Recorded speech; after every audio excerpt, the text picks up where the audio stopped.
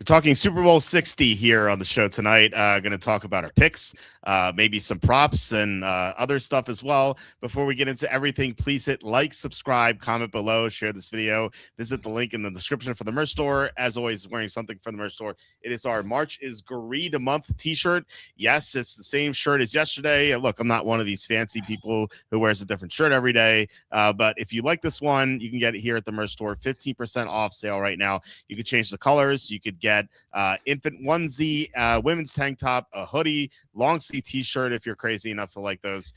We have our famous apron, we have our mugs, we have our baseball cap. We're going to be adding a lot very soon. I think probably this weekend is when I'm going to add some more stuff, so check that out probably or in the middle of next week. You can go to Amazon, buy my books. The most recent one is Jerks to College Years, where I made fun of these amazing people on the cover as well as many others. And Safety and a Field Goal, a top 5 topic book. I just before I start recording it, I told Andy a story about what happened at the combine, and it's there in the book as well as some other crazy things. So check out this book. Also, please consider super chats, super stickers. That's the best way to support the show.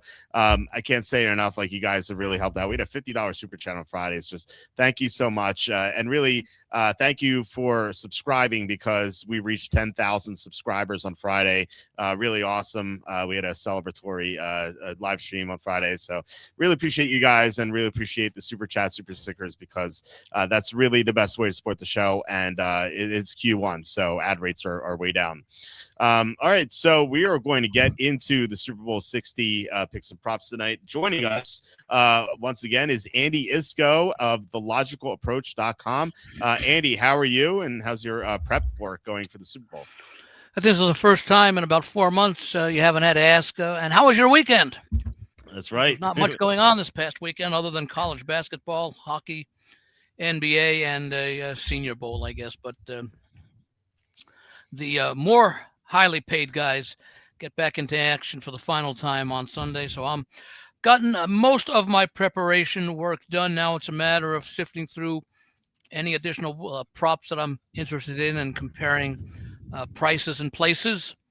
And pretty much decided, you'll be able to see it later, because I just sent out a little while ago my tome on Super Bowl 60 with a better opinion on the side than on the total. Okay. By the way, it's interesting that you said the more highly paid guys, because by the way, I can only say it in most cases. Sure. Probably not all. Sure, but a few years ago, you couldn't even say that. You could just say that the paid guys. Well, you could say it tongue in cheek and roll your eyes, because it wasn't true, at least not knowingly. Officially, now it's right. absolutely true. Yes. Right. Yeah, the Reggie Bush and others got in trouble for that stuff. So right. Now it's legitimized. Apparently, you no longer have to make payments under the table, so there are going to be fewer knee operations in coming years. That's true. Okay, so you have your pick official. Yeah. Before we get into it, I will say, by the way, however, that it was a lot more difficult for me to reach a conclusion this year than in many other years. Last year, for example, as soon as the conference championship, the last one ended, I knew I was going to be in Philadelphia, because I was waiting to go against Kansas City, regardless, with the possible exception of Detroit if they had made it. But I was looking to go against Kansas City once, because we talked about last year how they struggled last year as far as all those close games that they managed to hang in there. But this year is a lot more difficult, because I think that, contrary to most people, these teams have a lot of similarities, Seattle and New England. Yeah, it wasn't an easy pick either for me. I think I actually started, I want to say the week, but the 2 weeks, thinking I'd be on one side, and then I slowly transitioned to the other side. I don't know if that's it's a good thing or a bad thing. I always said that I always feel like very prepared for week one. I always felt like, and I said this to Tom before, and I was like, if you give me like a month to prepare for each week, I feel like I'd hit like 60% against the spread. And that would be nice. Maybe they should play football, 8 months out of the year, but they have bye weeks every other week. Oh yeah, that'd be awesome. Oh my God. I'd love it. The fans wouldn't like it, but as someone who runs content on the site, that'd be a dream. Just to be able to prep. I'd have so much like my picks would be way more thorough and stuff. It would be amazing. I do so much better because when you're crunched for a whole week, it feels like you forget stuff. Like I'll do the games and like I watch the games and then I'm like, oh man, I can't believe I forgot this stupid thing. Like a bad situation. I always tell Yeah. people that, and I do it myself. I go over these games 5 or 6 times over the course of a week. And virtually every time I go over it, I see something that I did not see before. A, because I wasn't looking for it specifically, or B, I was thinking along the other lines, and all of a sudden I'm reading something or seeing something that makes me think of something that, oh yeah, I should check that out. I'll write it down, and I'll either check it out right there or check it out, when I get a free moment later. But yeah, I mean, the more you look at things, well, 2 things happen. The more you find out information that you could probably use, but also the more confusing it gets because you find out so much information that goes either way that says, that may influence you but it's still better. More information is better than no or little information. The challenge is to find out of the information that you're looking at, what's meaningful and meaningless. Right. On that note, because I found that struggle myself. I'm curious.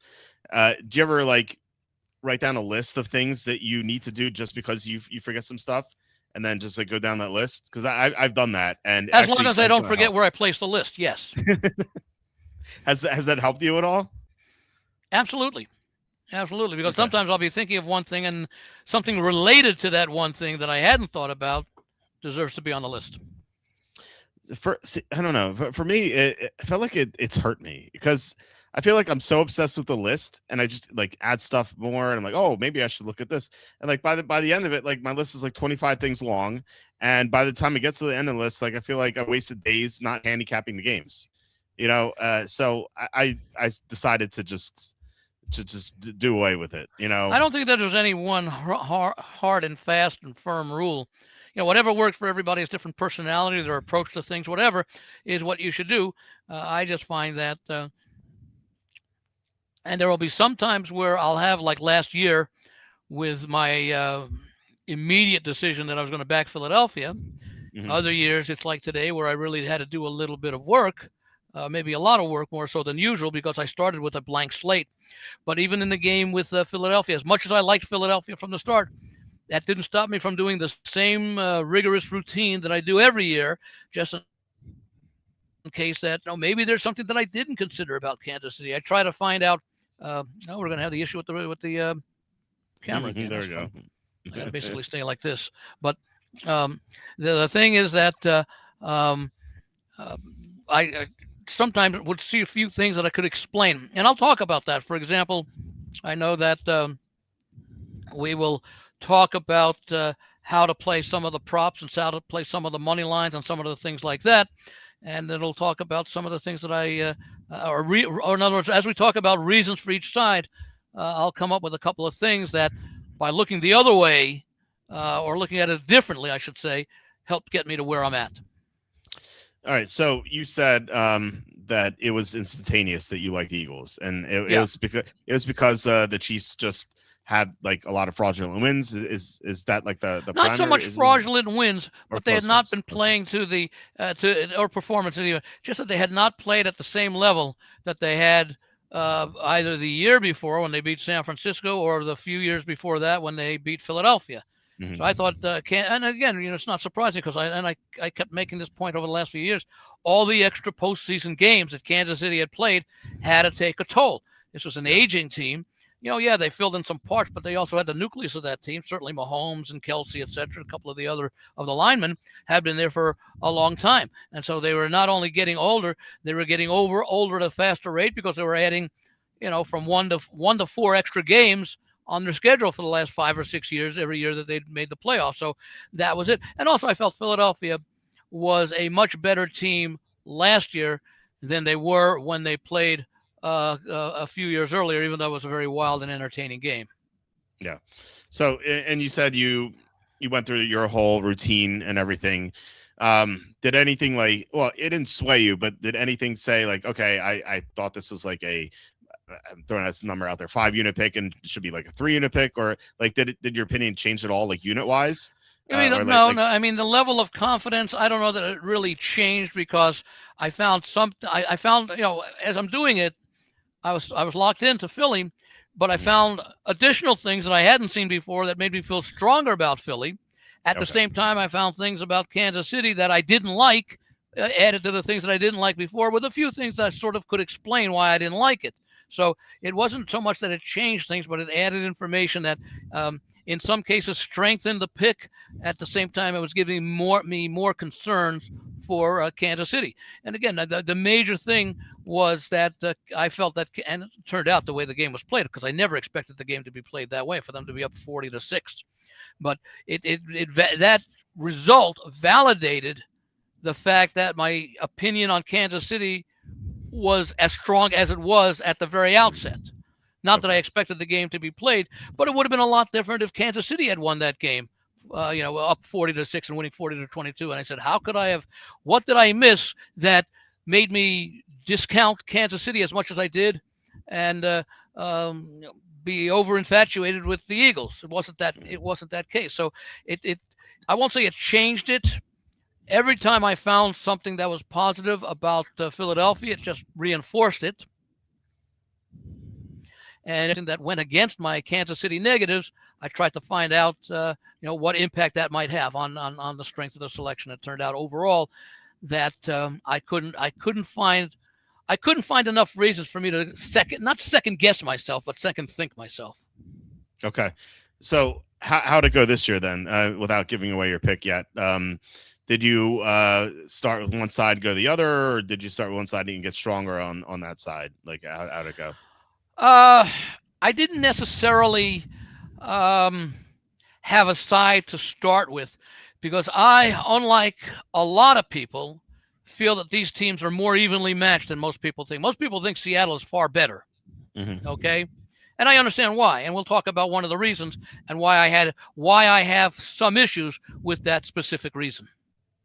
Okay. Yeah, I'd love to hear it. Doesn't necessarily mean that I'm on New England, or that I'm really confident about New England, or that I was able to overcome some of my issues in trying to say why these teams are more even than a lot of people think.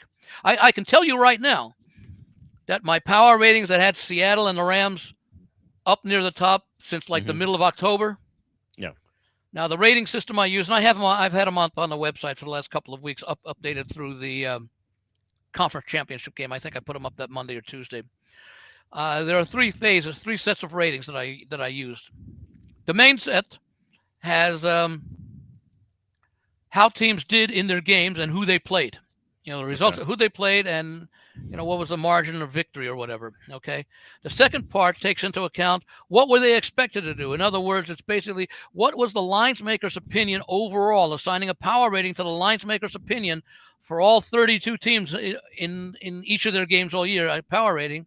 And then a third set of power ratings relate to how do these teams do against expectations? Did they beat the line? Did they fall short of the line? By what margin, etc.? And I weight them all equally. And when I put them all together, my power rating came up with what the point spread is, basically. It was about 4.3 favoring Seattle. Okay, so that was a starting point. So I said, but that came to me as no surprise. And that's why I looked into some of the factors that go into those power ratings and tried to isolate some of the things that can explain why Seattle showed up as such a big favorite, even though I'm not going to say common sense, but on the surface, it certainly looked like, they played a much more difficult schedule. Okay. Mm-hmm. So I looked into that a little bit, and we'll talk about that a little bit later, as far as me being able to come to grips with some things that I know a lot of people are looking at and basing a lot of their decision making on one or two factors, instead of looking at maybe 8 or 10 or 15 factors, and then trying to. So in other words, I'll often try to play devil's advocate against what I'm looking at. Okay. I also came to the same conclusion as far as the spread's concerned. You had 4.3. I have 4. I have Seattle -4. Doesn't necessarily mean I like New England +4. But I think right now it's still +4.5, +5. Yeah. However, remember, one thing you got to remember when I say, well, my power rating say Seattle. hey, that's great. What makes me think my power ratings are all that great on any specific game? They may be well overall, but what's the difference? Okay, it's my line says Seattle 6 and it's Seattle 5, so I should bet Seattle because it's a 1 point difference. Well, as far as I know, you don't score most tallies in football by 1. Okay. Yeah. Other than the weird conversion safety, and the the extra point. But power ratings are largely based upon how the only thing I want people to do for me to have some integrity in their power ratings, regardless of how good or bad they are, is that they are formulaic and they don't change as far as I'm going to add a point for this, or this was an injury, because all of that goes in. Power ratings should be based just on performance. Okay, then it's kind of like my old saying: handicapping is an art and a science. Years ago, when you didn't have all the information out there, people would make numbers based upon feel or instinct or history or whatever, and then they would try to perfect it by coming up with numbers to more reflect the game. Now it's the other way around. Everybody's got the numbers as a starting point rather than an ending point. That's the science, and the art comes from interpreting it, making adjustments to those numbers for in other words, a power rating should effectively be something that says that all things being equal, if this team plays its average or typical game, what should the difference between these teams be? And as you and I have talked about before, teams rarely play their average or typical game. So that's where when you come up with, let's say, Seattle by 6, then you start saying, well, you know what? Maybe, and that's the raw number based upon whatever method you use to develop power ratings. Then you say, okay, well, the game's in San Francisco. It's a neutral site, but Seattle is familiar with it, and not only are they more familiar with it, they played on that field less than a month ago. Mm-hmm. So maybe I'll give Seattle an extra point and move them up to 7. Okay, for playing on a neutral field that they have familiarity with and their opponent doesn't. What are the sight lines as far as the background goes? What are some of the vagaries of the field that the other team may not be aware of, etc. Okay, and then I might say, okay, now let me take a look at the injuries. All of a sudden, Sam Darnold is dealing with a potential injury, oblique or whatever. It didn't seem to affect him, but maybe I'll make a half-point difference away from Seattle because of that uncertainty. Okay, mm-hmm. And then let's say I take a look at Drake May and find out that he's not dealing with an injury that we thought he was. So maybe that's worth a half point. And then I'll take a look at Drake May and bring up the fact that he was sacked 5 times in each of the 3 playoff games against very good defense that are certainly on a level with the team that I'm facing in Seattle. So maybe there's another line an adjustment to Seattle. And then I'll take a look at some of the factors for New England, as far as the fact that, let's say, they've won 16 of 17 games.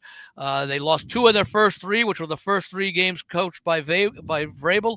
So obviously they made a huge adjustment from last year. So maybe I'll factor 2 points in for New England because of the fact that they had reasons to struggle in September and not only overcame them, they won 16 of their final 17 games. That's worth a little bit of an adjustment. So all those things go into what I call the art and the science.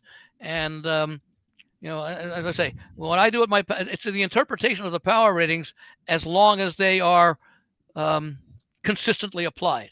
In other words, this team performed 5 points better than I thought. Instead of making a 1-point adjustment, I'm going to make a 1.5-point adjustment because they did it against a good foe. Okay. I won't make the adjustment in the number itself. I'll make an adjustment based upon the interpretation, or let's call it the intangible or the intangible factors that are not easily quantified. Yeah, and it's not like to go along with what you said. It's not like if your line is 4 and it's 4.5, you're not going to automatically take New England, which is the example you said earlier. I don't even know. I can't envision a scenario where I would bet a game just solely because the spread is off. No. It's like it's a piece of the pie. Nothing says that your spread is better or worse than the lines makers. Sure, because the lines maker has to have some basis for coming up with a number. Now, the lines makers have tremendous information because they're not looking to necessarily say this team is X points better than Y team. They're looking, in theory, not always, because they may shade it, in theory, they are looking to maximize their profit. So they have to have a real good understanding of how the public is likely to do in a certain matchup. And they have plenty of data. They may know that that based upon their handle, and not just line moves from opening to close, because the limits are different earlier in the week, much less than they are later in the week. But they may find out that, for example, in New England games this year, of their 20 games right now, the sharper money, the larger bet money, let's call it, was on New England most of the year. Okay, and that most of the money for Seattle was against them early in the year and on them later in the year. So they may say, okay, we know how these teams how these teams are thought of by the numbers as far as the big wagers are concerned, or more importantly, let's call them the sharp wagers, because they would like to know that, hey, every time we had $100,000 bet on Seattle, it lost. Right, right. On the other hand, if they had a $100,000 bet from a guy who wins 58% of the time against the book, betting on or against that team, and factoring in the opponent as well, that they will respect that bet, and that'll go a little bit more into their decision-making process. Right. So yeah, I always try to so I wouldn't even really consider it unless it was I would call it a marginal difference of 10%. Whereas you would say, okay, this it's X% likely to land on 3, land on 4, land on 5, and then if I got to 10%, that's when I would look at a game if my spread was off. But you're right, and who's to say who's right for whose spread is correct? But it should mean something. Like I said, it's a piece of the pie. But between 4 and 4.5, that's meaningless almost. It could just easily just be 4.5, could be a half point off. What it tells me is that the lines makers are or that I'm in line with the lines maker, etc. So in other words, it's a line that makes sense. Yeah, exactly. Yeah. If my numbers were 4.2 and the line was pick 'em, I'd have to investigate why. Right. And I might come up with reasons why. Oh, they're probably not factoring into this, or I'm giving this more weight or less weight than they are, whatever that factor may be. But if my line says 4.2 and the line is even 5.5, I'd say, well, it's within reason, especially because the numbers 5 and 5.5 are not significant. Right. At what point? At what point are you how many points off would you have to be to what is going on here, and how often do you not see a reason why the line is so off? Does that happen often? There's a part of a time, there might be 10 or 20% of the time, where I just can't figure out a difference of, say, greater than, let's say, 7 points, which is an extreme difference.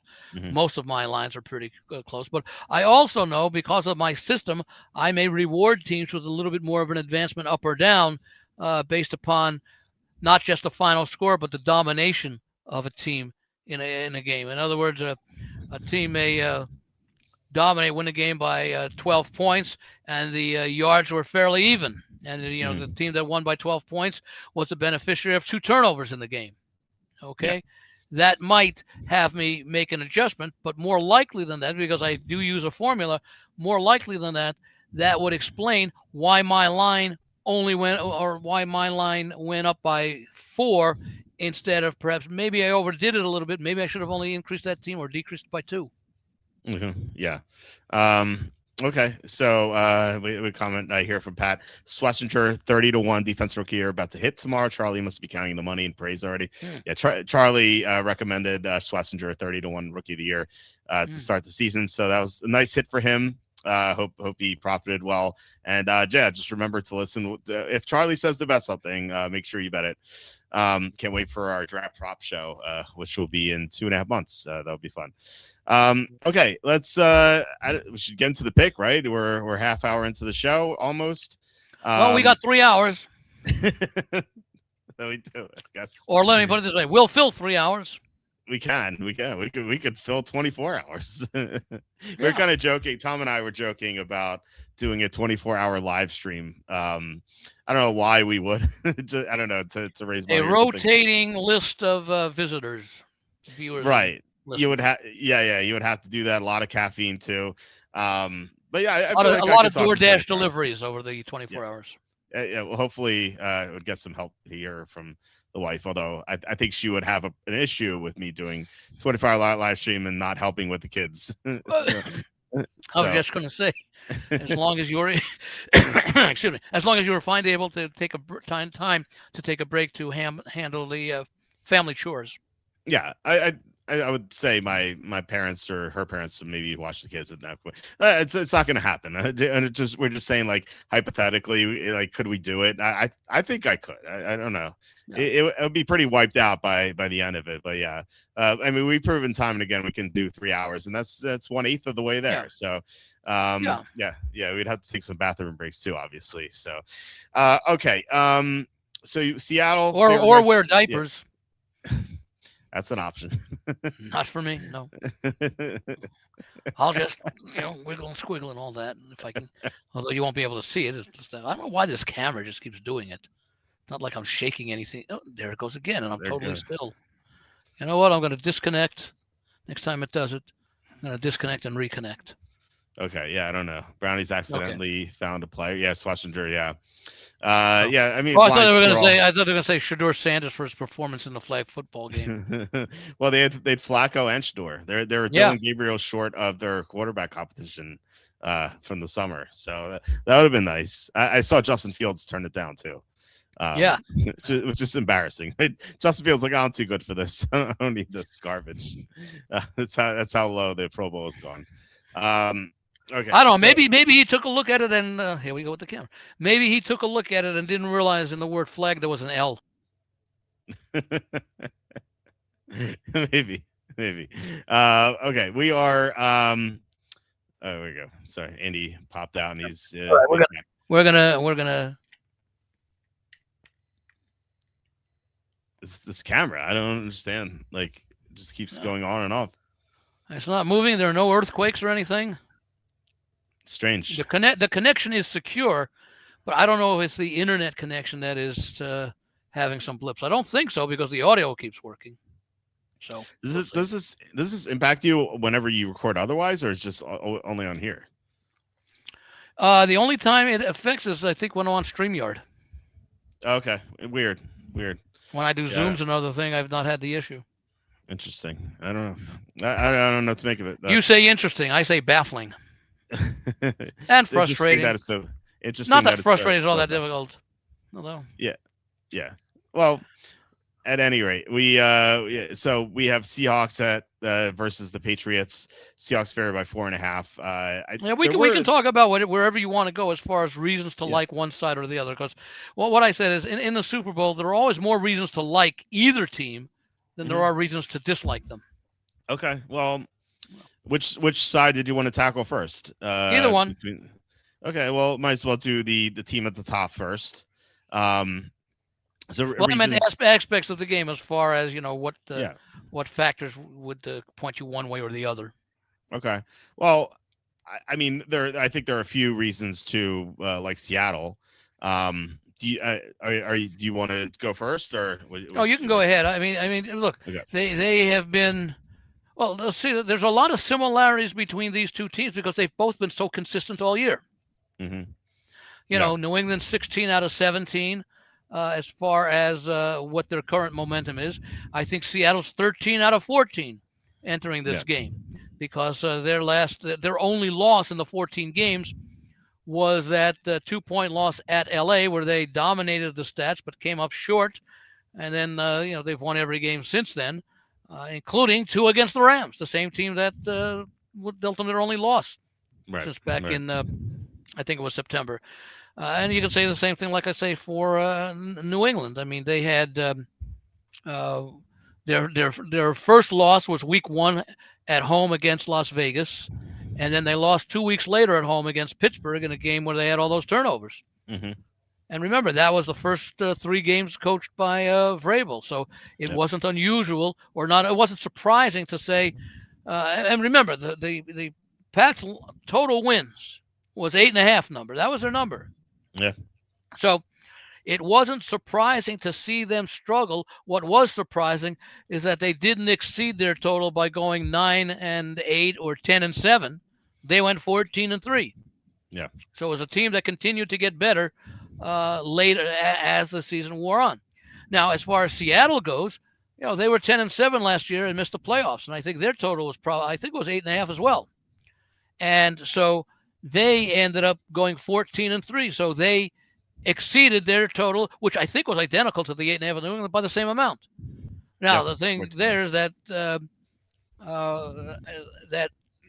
the Patriots were coming from a back-to-back 4-13 seasons. So that's a more dramatic turnaround. But can you call it accidental? Let me put it this way. Could the books be off by that much, even though they raised it by 4.5 wins over last year, considering the results that we saw? Yeah, we talked about it. I remember talking to you about it when I signed up for the contest. Because I was anti-New England.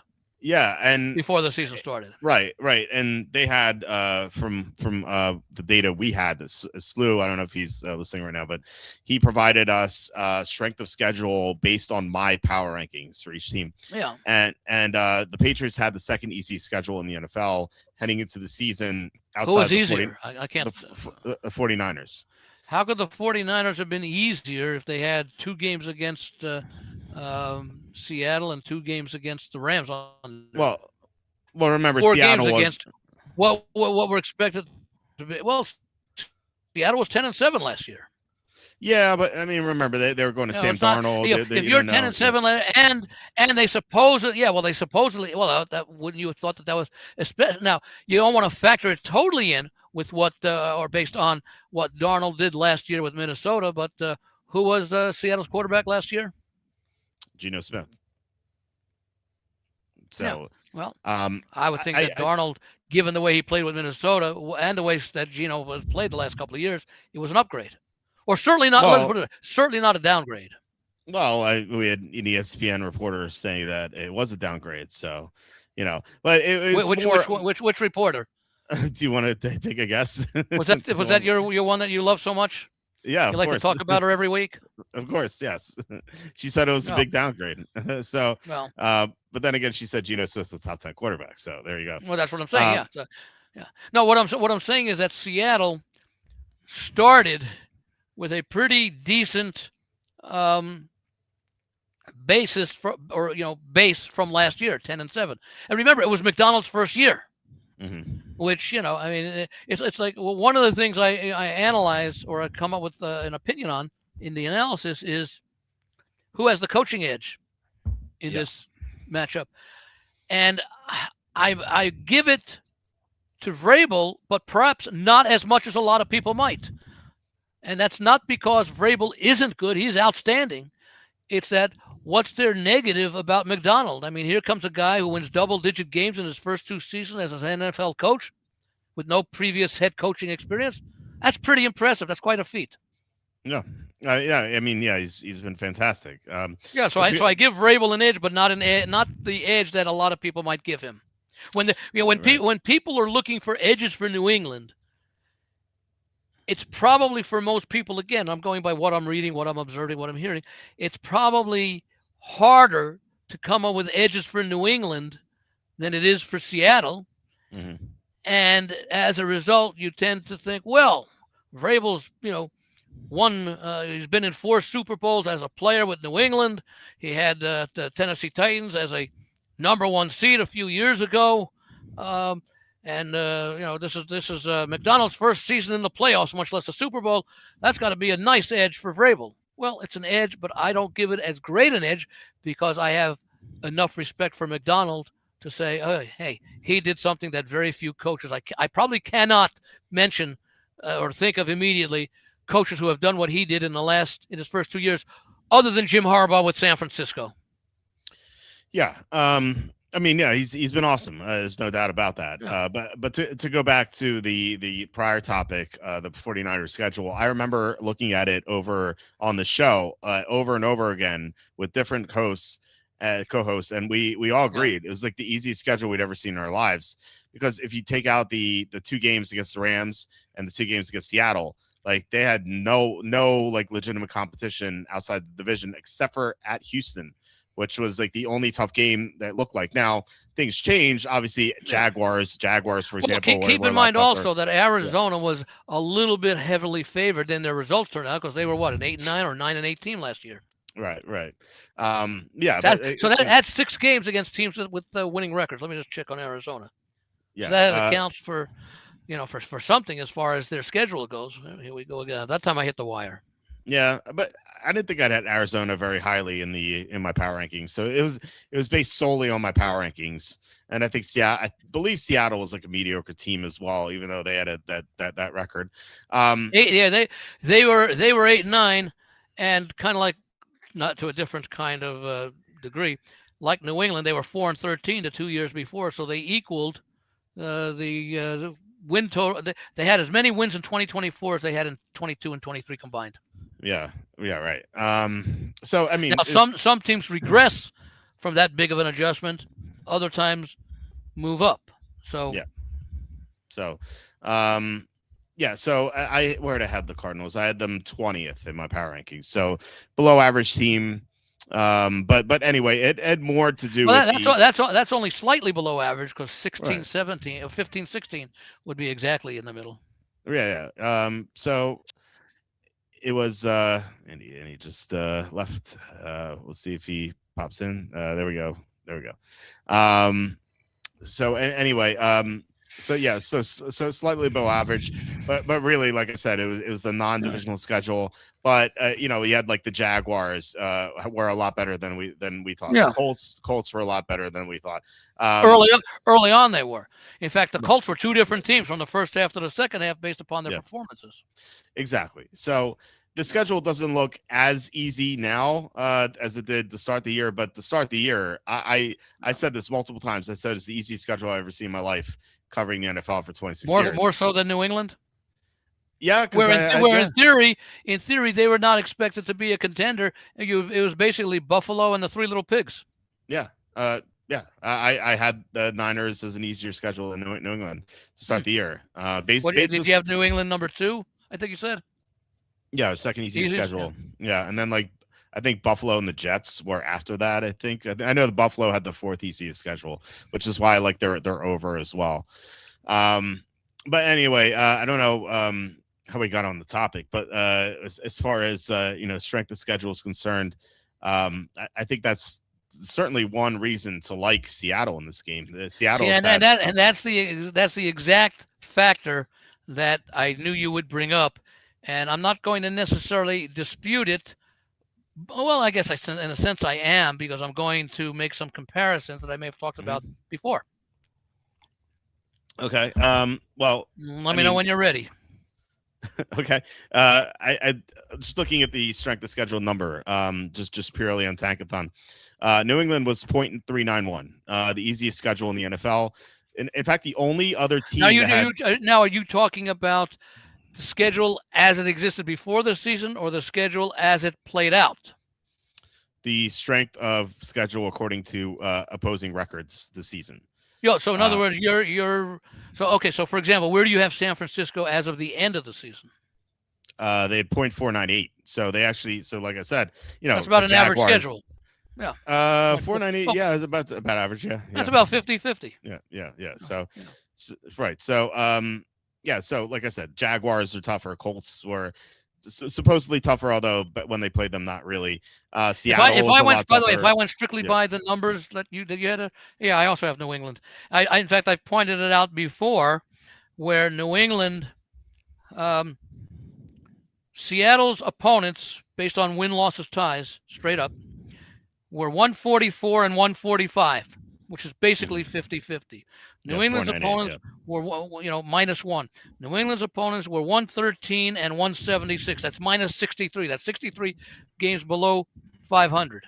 And I think, if I call correctly, if you take out the net 11 wins that they had, they would have been, let's see, 113, 63, would have been 52 games below, which is 48 plus 4. Yeah, which is exactly what it is. In other words, the teams that New England beat were 88 and 136 against the rest of the league.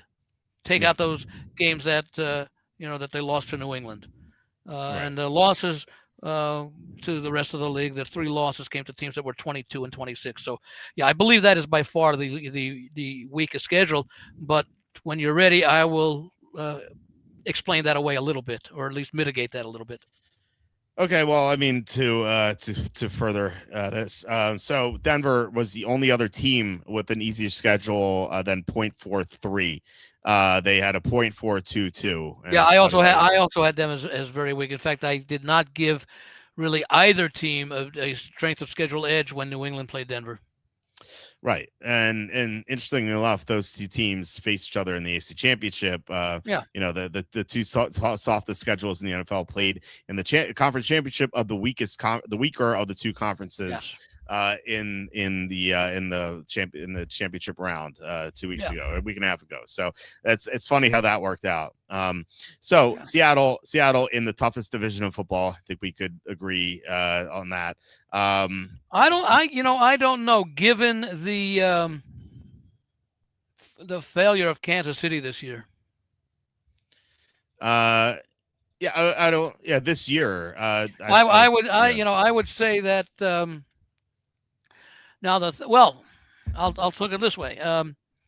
Let's throw out the Raiders and let's throw out the Cardinals. Which is the better division? The NFC West with San Francisco, the Rams, and Seattle, or the AFC West with Kansas City, Denver, and the Chargers? I think it's based NFC on this West year easily. This year, especially NFC West. Yeah, that's what I'm saying. Yeah. Because you had said something about who did you say was playing in the best division? Seattle. Yeah. So Seattle playing in the best division in football, in the better of the 2 conferences, and they were either the best or the second best team in that superior conference. I think you would say the best. I think some people would still say the Rams, but either way, I would say, based on the overall work throughout the season, Seattle was maybe not with the better roster, but they played the more consistent football, especially down the stretch when it counted most, and they won the 2 games against the Rams, and they easily could have lost all 3. No. I mean, they took that 30-14 deficit they faced starting the 4th quarter in that Week 16 game, and then thank you, Sean McVay, for the way you bumbled the end of the championship game. A game, by the way, where nobody scored in the 4th quarter, so the Rams had a couple of times, even though I believe both teams had like 7-minute drives in the 4th quarter, carrying over from the 3rd quarter into the 4th. And again, I think we talked about it last week. If McVay goes for that field goal to make it 31-30, who knows what happens with their timeouts. Seattle ended up going 6 and out after they took over on downs at the Seattle their own 6-yard line. So they did have an opportunity. Of course, it did cause the Rams to use their timeouts, but they might have used it a little bit differently if they knew they only needed a field goal. Yeah. Right. So, I mean, look, those games are so close, and that's why I think you could say Rams, Seattle 1 or 1A, 1B, either way. But then you have the Patriots. I don't think they are the best team in their conference. I don't even know if they're the second best team in their conference. It was the Bills and the Jaguars. So I remember saying the Bills Jaguars winner would go to the Super Bowl, and then you have the Patriots. And I felt the same way. I certainly felt that whoever won between the Bills and the Jaguars would win the next week. Yeah, and we had we had a Patriots fan on last night as one of our co-hosts, and it's not that his word is gospel or anything, but he even admitted as a big Patriots fan that they had a lot of breaks go their way The fact that they didn't have to play Yeah, Buffalo. but by the way, when they say that, do they take a look at the other teams as closely to see how many of those other teams had breaks go their way as well? Because you could break it down, and I would say you could find out a number of teams. Now, maybe you're looking at the extremes, but you can still find a lot of teams whose wins could have very easily been lost. I mean, I take a look at one-score games, and I'll tell you right now, I think there was a one-game difference. I'll find out where it is here. I think Seattle was 7-3 in one-score games, and the Patriots were 8-3 in one-score games. Mm-hmm. Yeah. It's not so much as it breaks as far as wins are concerned, but like breaks as far as like, oh, they didn't have to play the Bills or the Jaguars. They got the Texans when Nico Collins was out, for example. They got the Broncos when there's no Bo Nix. It felt like everything is broken their way in the playoffs. And so, like I say, if we go games with Seattle, can we find the situations there where they got some good breaks because of injuries? For example, the 49ers. All the injuries the 49ers had the last two times they played. Well, they dominated the Niners, in both games. Because you had no Kittle on offense, and you had a lot of those defensive guys out. I mean, the point is, you can always make excuses. I just look at the results. Yeah. Because let me put it this way: good teams find a way to win games they should lose. Right. Bad teams find ways to lose games they should win. Yeah, but I mean, when your two previous opponents are missing their top receiver and their quarterback, it's like the Rams. It's like if the Seahawks played the Rams and Garoppolo had to play, it would be the same thing. It'd be the same sort of thing. And then the Niners obviously had Kittle out, but and then they destroyed the Niners anyway. So like, I don't think Kittle would have made a difference there. Whereas if you put Bo Nix on the field, well, I don't know. They just played a week earlier. It was a 16-3 game. How did Seattle all of us get 25 points better? Well, it was 13-3, and Seattle had the yardage 361 to 173. It was they dominated. It's just the score wasn't indicative of that. At yards per play, 5.4 to 4.1. It was well, and by the way, it also makes a big difference when you return the opening kickoff and you're up 7-0 immediately. That's true. Changes not 28, absolutely. not 38 points worth, but. Yeah, no, I absolutely. So, and if you go the other way, the problem I have with a lot of that kind of reasoning is that very often it's people trying to explain away something to support the way that they feel, as opposed to finding instead of putting how they feel aside and looking at it and say, oh, that causes me to like this team more. In other words, it's prospective selectivity as opposed to retroactive selectivity. Right, but it's just evidence to support that the Patriots weren't the best team in the conference. I think. I don't know. Well, to avoid the starting quarterback in the AFC. Well, okay. Let me ask you this, and let's make it simple. How do you define the best team? Because I'll tell you, I define the best team as the team that reaches the goal that everyone's striving for, regardless of how you get there. Well, it's just one iteration. If you simulate the playoffs 1,000 times, like would the Patriots? Simulations are garbage. They mean nothing because you're only going to play once. You're not going to play 10 times. Well, if we played 10 times, they'd go 5. You don't know that they would that. The only data point that you have is what actually happened. Now you could explain away why it happened, but that doesn't mean it wouldn't happen again. It could happen again. People love to put too much emphasis on the numbers, and not. It's like I always say. Okay, you go for it on 4th and 1 because the league has a 53% chance of making it. That's good. On this next play, it's either going to be 0 or 100. You're either going to make it or you're not going to make it, and it depends a lot on play calling. It depends on are you able to disguise the play? Are you able to execute? Are you not going to trip and fall over yourself? Is the other team? It's like Seattle called the wrong play to end the Super Bowl against New England. New England was expecting that pass play. Seattle thought, oh, they're going to expect Marshawn Lynch to get the ball and run. Yeah.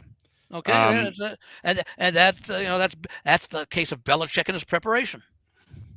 Right, but if to take it to an extreme example, if you have the Panthers beat the Rams in Carolina the first time, right? And then the Rams beat the Panthers, and so Yeah, they came behind to do so after they had a nice 14-0 early lead. So what does that tell you? It should tell you that, hey, Carolina matches up well against the Rams, or maybe the Rams aren't as good as we thought they were. And certainly their defense, which was awesome at the first half of the season, clearly continued to deteriorate. Right, but here's my point, is that the Panthers beat the Rams, and then the next time the Rams beat the Panthers. And so to say that, oh, the Panthers beat the Rams, so in every iteration possible, the Panthers will continue to beat the Rams every single time. It's not correct. Like we just I'm not saying that they would. We don't know if they would or they wouldn't. They might. They might not. If they played each other 100 times, the Panthers will win 100 out of 100. You're not going to play 100 times. You're going to play 4 or 5 times in a 2-year period, perhaps. I'm just saying that, like, play 100 times is unrealistic, because 100 times is like 8 or 9 seasons where you're playing the same team every week. Okay, but I'm just saying that, like, when you have a game, the football is so random with how the ball bounces and stuff like that. Like a fumble could be recovered by either team. Right. Like it's so chaotic. And you can't handicap. You can't handicap fumbles, and even if you could, you can't handicap how and when they're going to occur. What you have to say is, for example, okay, Seattle lost, I think, 20. Let me see if I have the numbers here. I think I have the regular season numbers here. Seattle lost 28 turnovers this year. New England lost 16 in the regular season. So, yeah, you could say that based upon that, and it's just, one set of numbers based over a 17-game schedule, it's more likely, but not necessarily predictive, that it's more likely based upon those numbers that Seattle would lose a turnover more so or more often than New England would. Yeah. But it doesn't mean that it'll happen. I mean, you could go and take a look at Drake May being sacked 5 times in the 3 playoff games. Yeah, would you expect him to be sacked more than Darnold? Probably, but that doesn't mean necessarily it's going to happen. But in other words, well, I guess you have to have some concrete reference points to say, for example, who is the best team in the AFC? What would you point to? And you can't say roster, because roster is opinion. Now, if you want to say, well, Seattle has a total of guys, 17 of their guys on the roster made an all-pro team within the last 3 years, and only 4 on New England did. Okay, I could then say, yeah, that's a legitimate rationale for saying Seattle is overall the better team, that they have, in theory, the better overall talent because they had such a large margin of players who, in the recent past, last year and this, had many more all-pro or pro bowlers, whatever you want to call it, than did the Patriots. So as opposed to saying, well, this team lost that game close, teams lose games close. Remember, the goal of a team every time it takes the field is to win the game. They don't get any more credit for winning by 17 than they do by 1. Now, the line may very well adjust more for a team that wins by 17 than 1. But as far as the team's concerned, just win, baby. Or great teams cover too. So you have to cover the spread to be a great team. Well, by that, then you take a look at a team that was 11-3-1 against the spread or whatever it is, and they're the great team. Yeah, because they're an underdog and they just play more competitively than the price, as they say. But yeah, no, but I'm saying that I think we all have that. We both have the T-shirt. Good teams win, great teams cover. It's not a T-shirt; it's a long sleeve T-shirt, which is terrible. Okay. Cut the sleeves off, so you'll feel more comfortable in it. But I should. No, not bad. Best is is there a good definition of best? It's often subjective. It's to what factors you consider.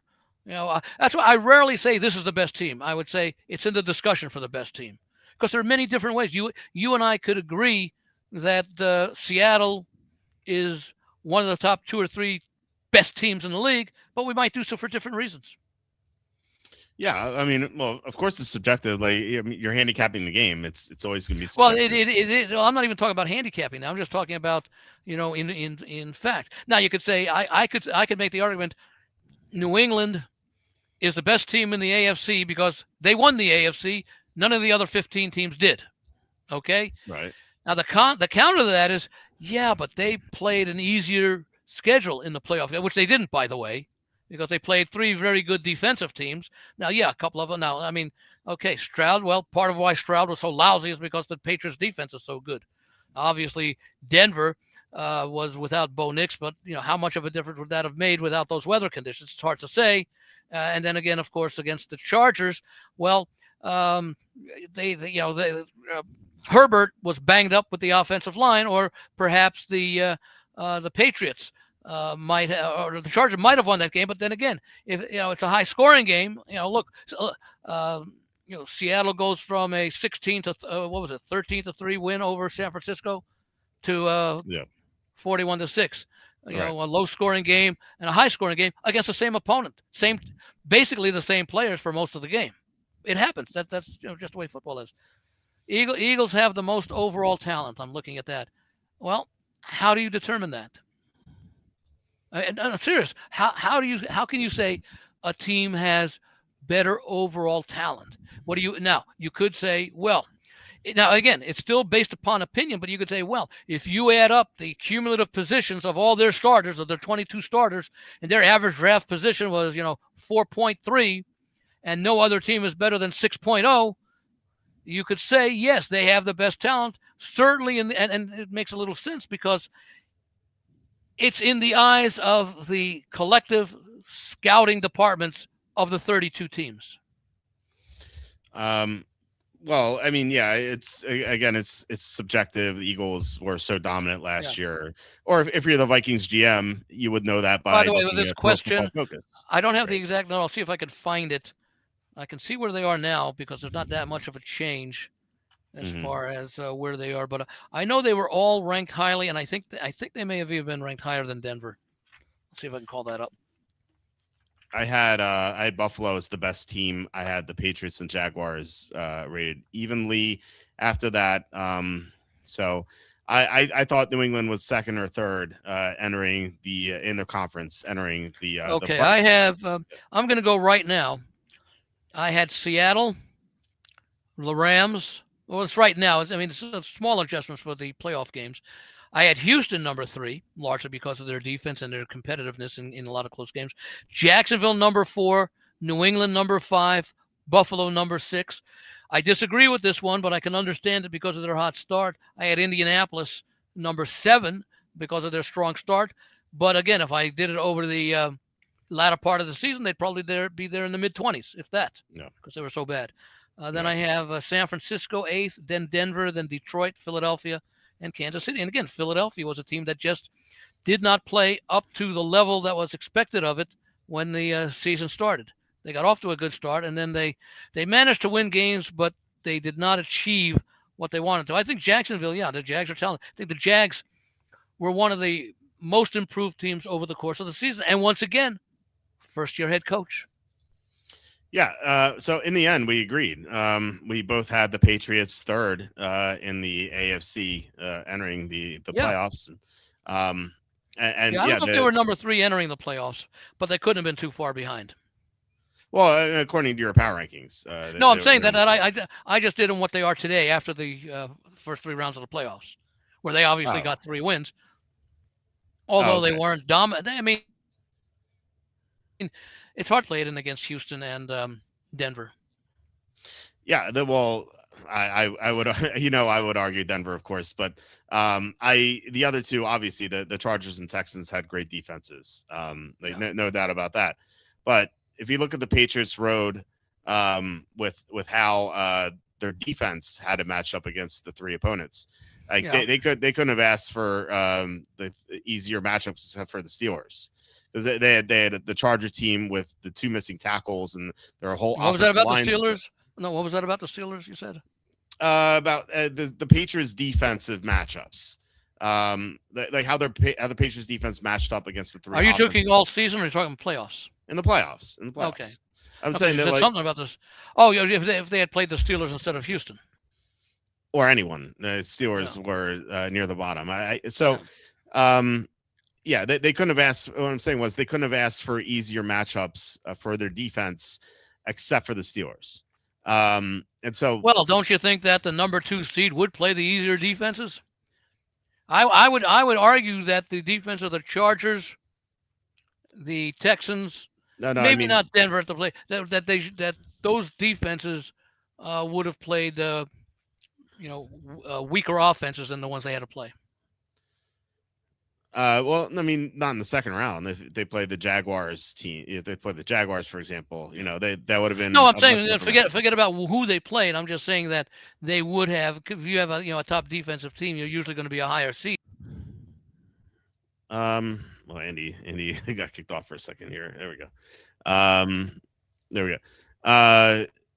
Well, I mean, in the first round, but like if you're the 2 seed, you're typically going to play the 3 seed in the second round. But that didn't happen. That depends if both teams get there. Right. Yeah. So that didn't happen. So that's my point, is that they couldn't have asked for easier matchups outside of Pittsburgh, because in the first round they played a Charger team with a battered offensive line and Justin Herbert. Well, they could have played Buffalo, who they beat once, and I'm not going to say should have, but easily could have, getting off to that 21-0 lead. So they could have beaten Buffalo. Well, they got. I mean, you look at it that way. I look at it as they were outscored 35-10 to close out the game, and they couldn't do anything in the fourth quarter. The second round, they played against the Texans, who did not have Nico Collins or Dalton Schultz, and C.J. Stroud was a disaster. They could have. C.J. Stroud would have been a disaster regardless of who they had. Maybe. Well, that plays in my point. And then Denver without their starting quarterback, and again in the freezing blizzard conditions. Okay, but we don't know what to say would have happened in that game. You can't really say. No, yeah, you can't say, but what you can say is that Denver surely missed Bo Nix's scrambling ability, because he at least he could have slipped on the he could have slipped on the snow in the second half as easily as anybody else. You're right.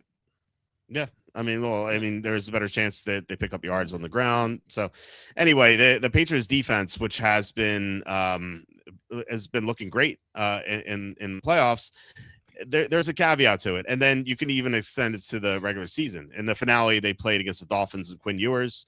Before that, they played against the game didn't mean anything at that point. Well, they were still fighting for the 1 and 2 seed.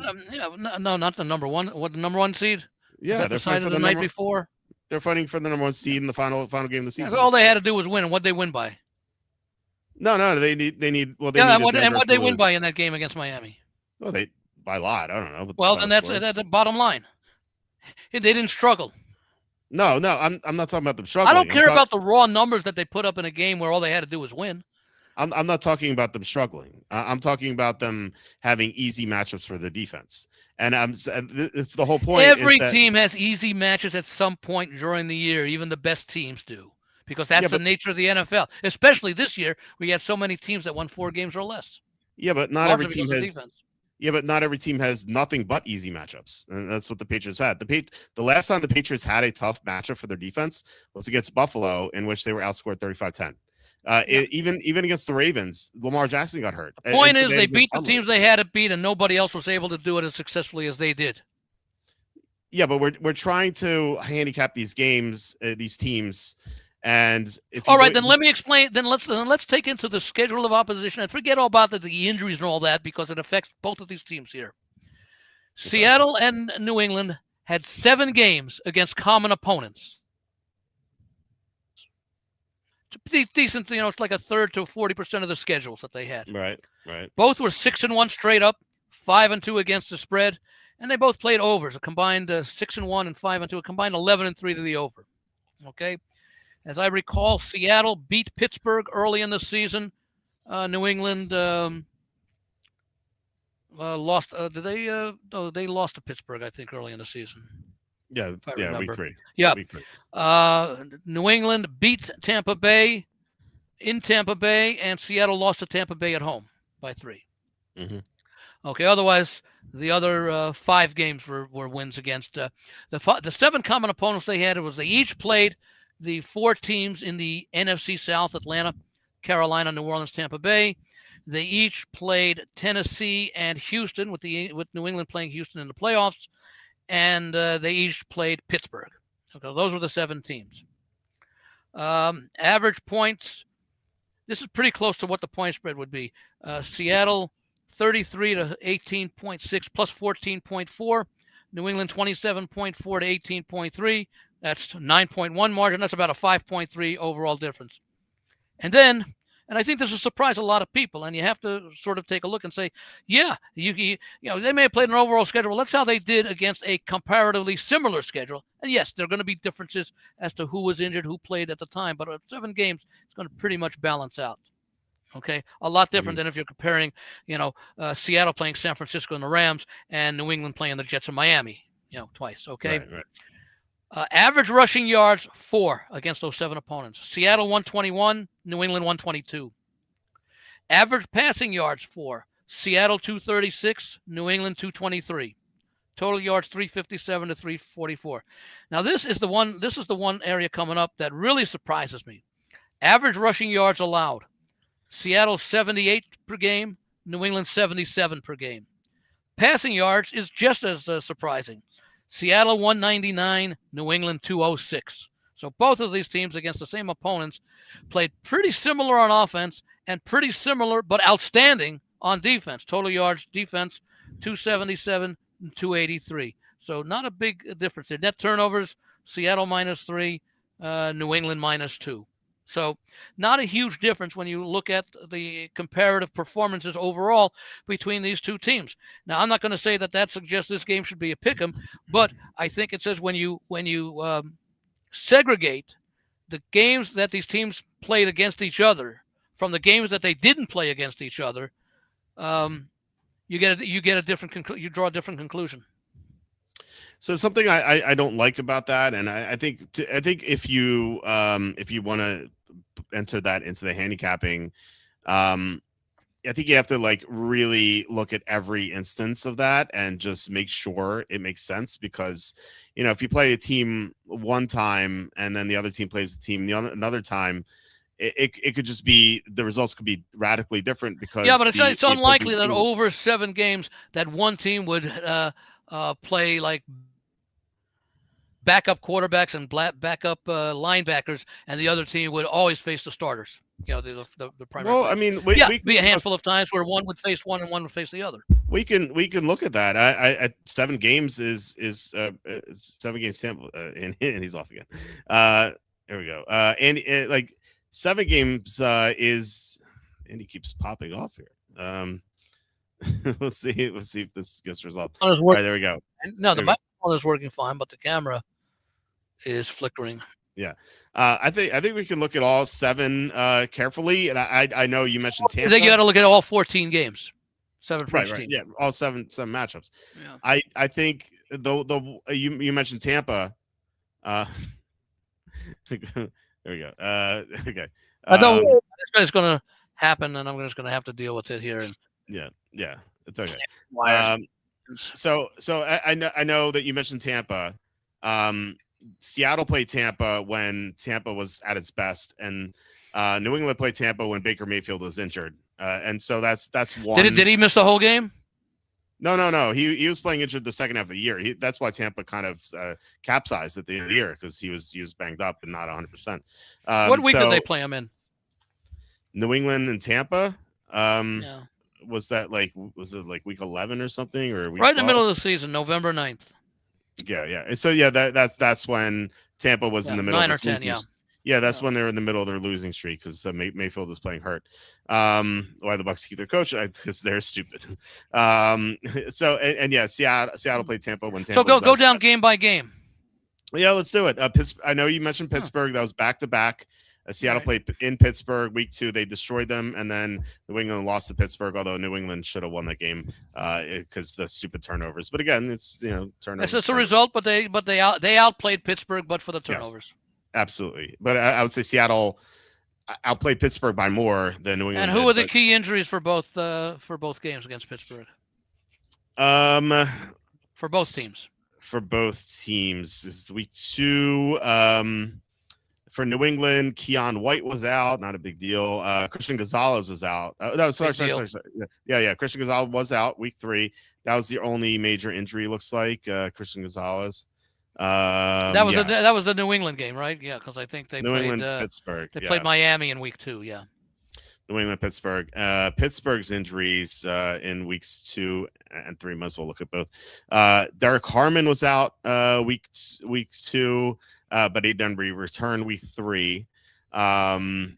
Nick Hurt. Wait, no, never mind. Alex Highsmith was out week 3. So that made Pittsburgh's defense worth. Joey Porter Jr. was out for both games. Deshaun Elliott was out for both games. Yeah. And then Seattle defense. So week 2, Seattle's out.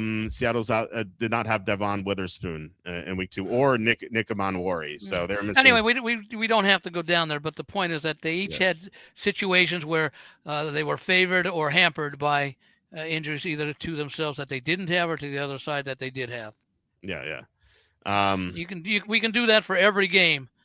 And basically, when you talk, if they had two or three common opponents, that's nothing. 7 common opponents is a significant percentage. It's about 40% of the schedule. 35% for New England because they played 20. Probably about 38% because Seattle played 19. All right. Well, we talked about Pittsburgh and Tampa. Yeah. Who were the other 5? I know Houston, right? Because they played against Houston in the playoffs. The Patriots, they beat Houston in 28-16, but Houston was missing Collins and Schultz. Seattle beat Houston, I think, by more than that. Monday Night Football. I remember that game vividly. I had Seattle to cover the spread, and they did. So I think it was kind of like a similar result. So anyway. So what else was there? What are the other 4? Atlanta. Okay, well, that was the class. Seattle went into Atlanta, destroyed Atlanta.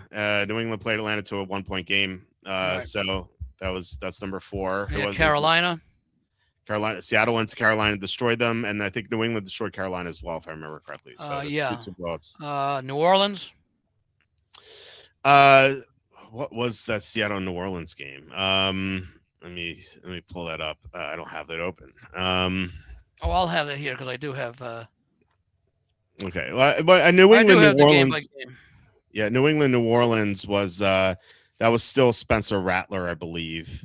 Was I wonder if it was Seattle and New Orleans what that was. So let me. It was game number 6, week number 6. Okay. So it was both. Yeah. Patriots New Orleans was Spencer Rattler, but what was? I don't remember Seattle, New Orleans. Let me look that up. Week 3. Okay, so it's both Spencer Rattler. Seattle, right? That was the game where Seattle just ripped them apart at home. So both blowouts, I believe. 44-13 Seattle. Yeah, and New England won 25-19. I think Seattle came back in that one. I mean, New Orleans came back in that one to get the last score. Yeah, I have. I write up small recaps on my Excel. It's for Patriots Saints. I wrote both teams completed deep passes early in the game, but the difference was that the Patriots continued to do so. Drake May was incredible in this performance. New England outgained the Saints 333 to 296, but New Orleans averaged 5.8 to 5.7 yards per play. And then for Seattle, I wrote the Seahawks dominated all 3 passes of the game, getting out to a big lead thanks to some big special teams plays. The Saints got a chunk of their yardage in garbage time. Yardage was 320 to 284 Seattle, but Seattle outgained them yards per play 5.9 to 4.1. Okay, so it looks like Seattle did better against the Saints than the Patriots did, but a lot of that was special teams. Okay, so we have two more matchups. Did we do Tennessee? No, we didn't. Seattle won 30-24. New England won 31-13. Yeah, so that's a better result for the Patriots. Although the Seahawks, I know they allowed a punt return touchdown, and there was a backdoor cover at the end because I remember that because I had Seattle. Whatever it is, they all count. Yeah. Players are still trying on every play. I know. Let's see. Then we got Tampa Bay. We talked about that one. I think we covered them all. Yeah. By the way, yards per play. This is why I'm frustrated about that Seattle Tennessee game. 7.5 to 4.4 Seattle. Yeah. Like they don't cover the spread. I was really angry about that one. And is there one more? I mean, I think we did them all. Tennessee, Pittsburgh, Tampa, Houston, New Orleans, Carolina, and Atlanta. Atlanta. Okay. Yeah. Okay. So now here's some stats about these playoff games. Okay. Seattle ran for 175 against San Francisco, 75 against the Rams. New England, 146 against the Chargers, 105 against the Texans, and 141 against Denver. As far as what they allowed, Seattle allowed San Francisco to run for 108 and the Rams to run for 114. They allowed the Chargers to run for New England allowed the Chargers to run for 87, the Texans for 48, and Denver for 79. Right. So big edge there.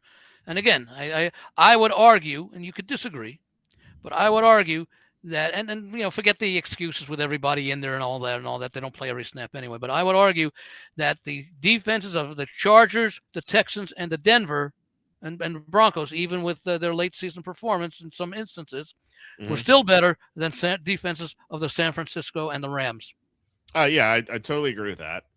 And I think that could be a reason why Drake May is going to perform better than the people expect. I think that he, combined with Sam Darnold, could go over their combined passing yardage prop, which we discussed last week. But as far as I could counter with the other way is that, again, the Patriots had such an easy matchup for their defense to go against these offenses, dating back to all the way. Doesn't matter. The offense is still, a part of the game. Yeah, but Bo Nix, wasn't there, but I mean, as far as judging how good their defense is, the past 6 games have gone against like dud offenses, whereas had they played against Josh Allen and Trevor Lawrence, their defensive stats wouldn't look as good. That's my point. Well, I think Josh Allen would have done better than Jarrett Stidham. In the Denver conditions. It would have been Monday Night Football in nice, cold weather, but no snow. No, what I'm saying that it's still, but again, the Denver defense is still better than the Buffalo defense. So all that it means, it wouldn't have been a 10-7 game. It would have been a 31-27 game. Is that true? Is that Denver's defense better than Buffalo's defense? I don't know. Yes, especially against the run. I have it's close. I have Denver 11th and Buffalo 16th, so it's pretty close. Well, there's something wrong with those. It's that stupid EPA again. EPA is a meaningless stat because you can't explain it in terms of football plays. I've called Denver's defense paper tiger all year. I did not think it was that good. Their pass rush is awesome. Don't get me wrong, and Surtain's great, but they how much does pass rush and sacks count in that EPA? I mean, it counts plenty. I mean, if the quarterback gets sacked, that's far less chance that they're going to score. So they definitely get penalized for that. But about their pass defense. What was their pass defense, Frank? Their run defense was pretty leaky because they couldn't get Stevenson off the field. They couldn't get James Cook off the field. I'm talking about overall, not just in that game. I think overall the run defense was 10th or something. Drop back. Let's look. What was Denver against the pass? Not that great actually. They were 13th against the pass. There's that EPA again, right? Well, I mean, if you take out Surtain, like they had a lot of issues. No, you don't take out anybody. Every time you take out a player or something, you are reducing the size of the database, of the number of data points, which weakens the overall performance. Well, I'm just saying that like their secondary was not good outside of Surtain, which we saw in the Jackson. He counts. Yeah. Well, what happened to him? His numbers are included in the whole over thing. I mean, you can always pick apart. There are always going to be weak players and good players on both teams. Yeah, but where was Surtain against Jacksonville when they allowed 34 points? Yeah. Where was Surtain against Buffalo when they allowed 30 points in regulation? Yeah, where was Seattle's defense when they allowed 38 to Tampa Bay? I don't know. It's early. Well, I mean, look, you're arguing one got to have the other. Yeah, but Seattle's not inconsistent. You even said Seattle was the most consistent team in the NFL. But that doesn't mean every game and every week. They were consistent in their performances. Yeah, when we talked about it, you brought it up also several times. Yeah, you're going to have 3 really good games, 3 really bad games, and 11 games that are reasonably close, above or below the average. Yeah, and I'd say Denver, not to turn this into another Denver argument, but like Denver's average was not that great. They allowed so many big performances to opposing quarterbacks. Even Mariota couldn't be stopped against them. Like they had issues against everyone. It felt did they win those games? Did they cover those games? They weren't great. I don't care about covering. Did they win the game? They're good, but not great. They won, but they didn't cover. So okay. That's that's my point. The 11th is good. It's not great. It's good.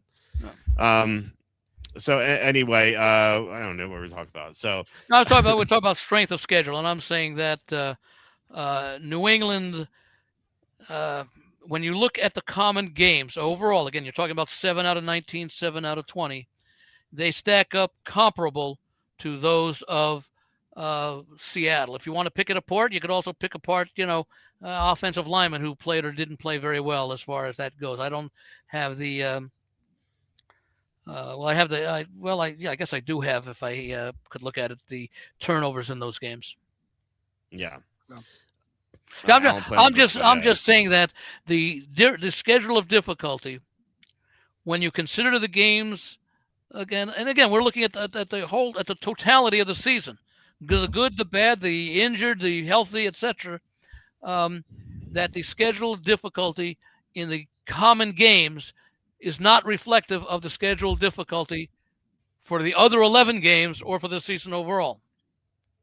I just think that if we looked at the results of those games, I thought Seattle played better in mostly against those teams than Tampa than New England did. The numbers don't show it. You were making exceptions. Well, they had to play this guy. Hey, you play who you can. You still have to base it on performance because you don't know how they're going to perform. If we knew how these teams were going to be performing week in, week out, Carolina never beats the Rams and never gives them a close game the second time they meet. They just show what they're capable of doing. If you win 14 out of 17 games, as both of these teams did, it shows what you're capable of doing. The fact that one may have had I'm not going to say softer. They caught teams at the right time, whatever it is.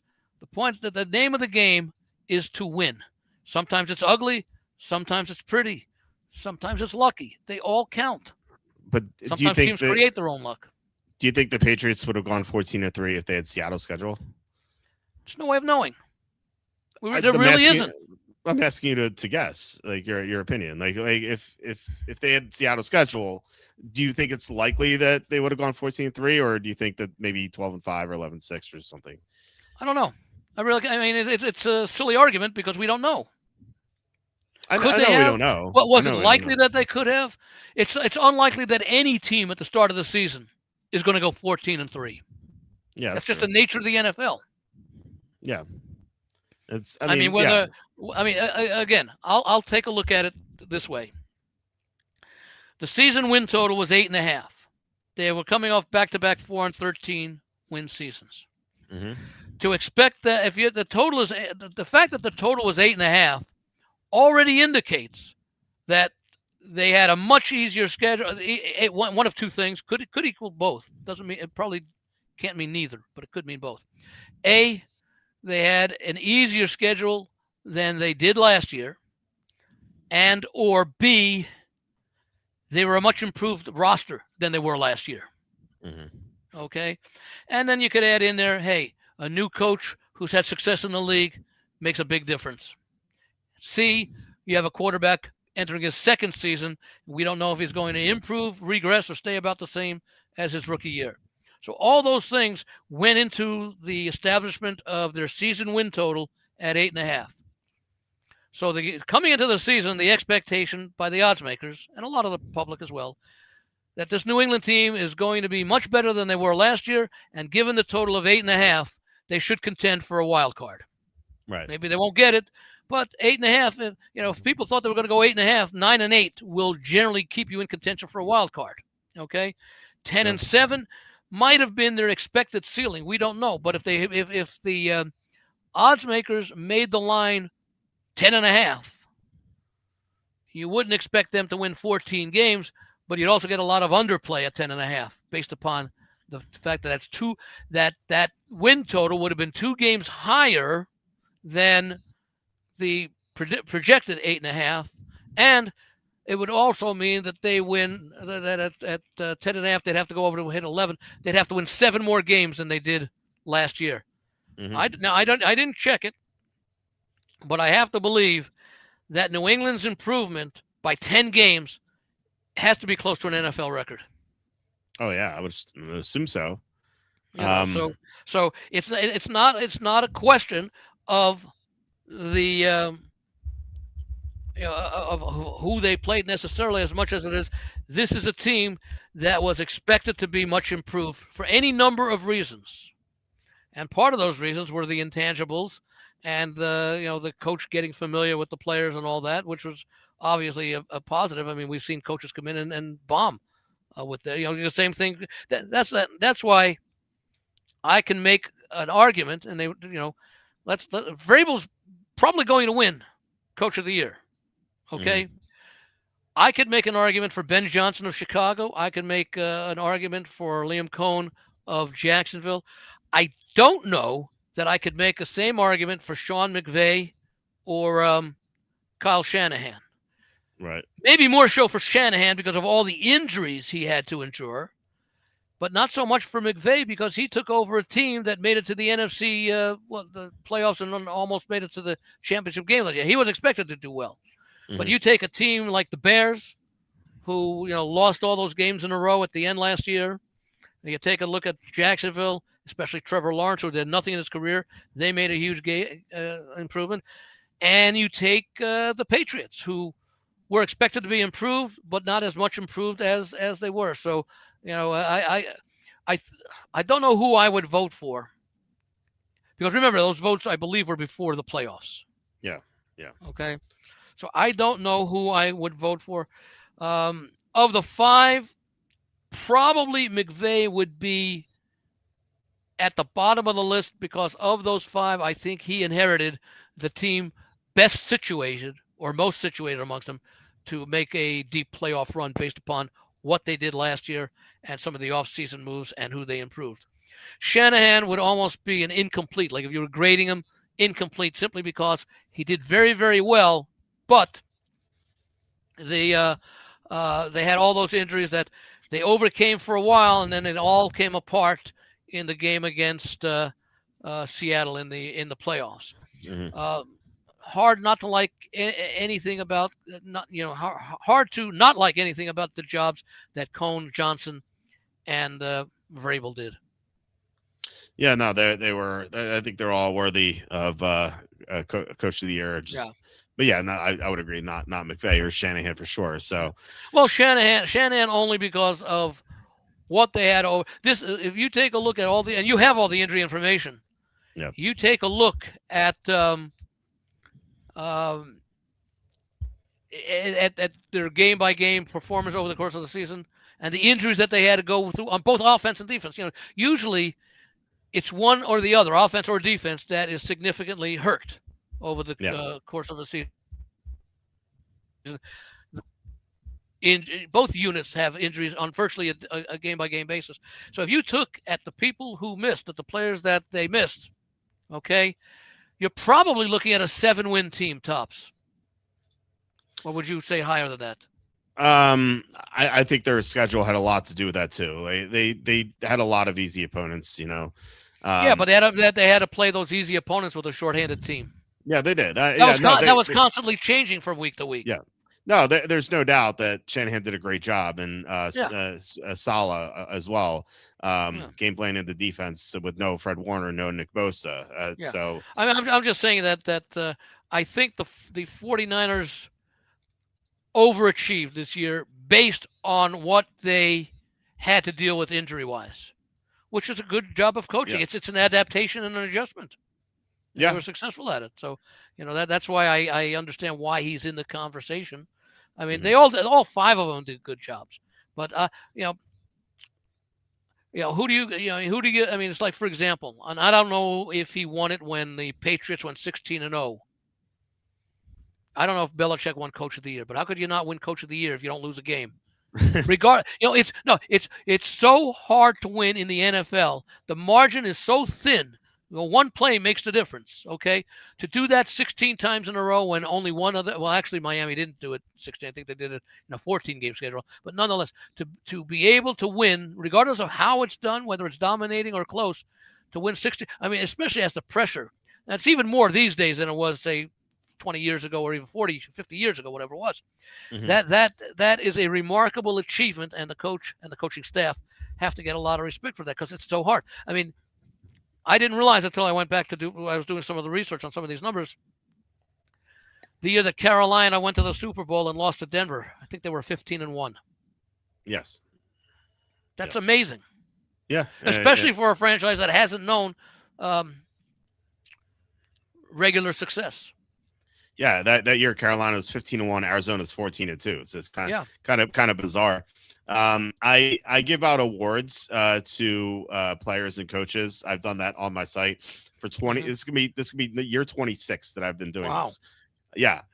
So I have all the records that I've done. So I gave Belichick. I was kind of curious when you said, did Belichick win Coach of the Year? I was kind of like, I was like, did I do that? Did I give him Coach of the Year in 2007? I hope I did. I did. Belichick, according to my awards, won Coach of the Year in 2001.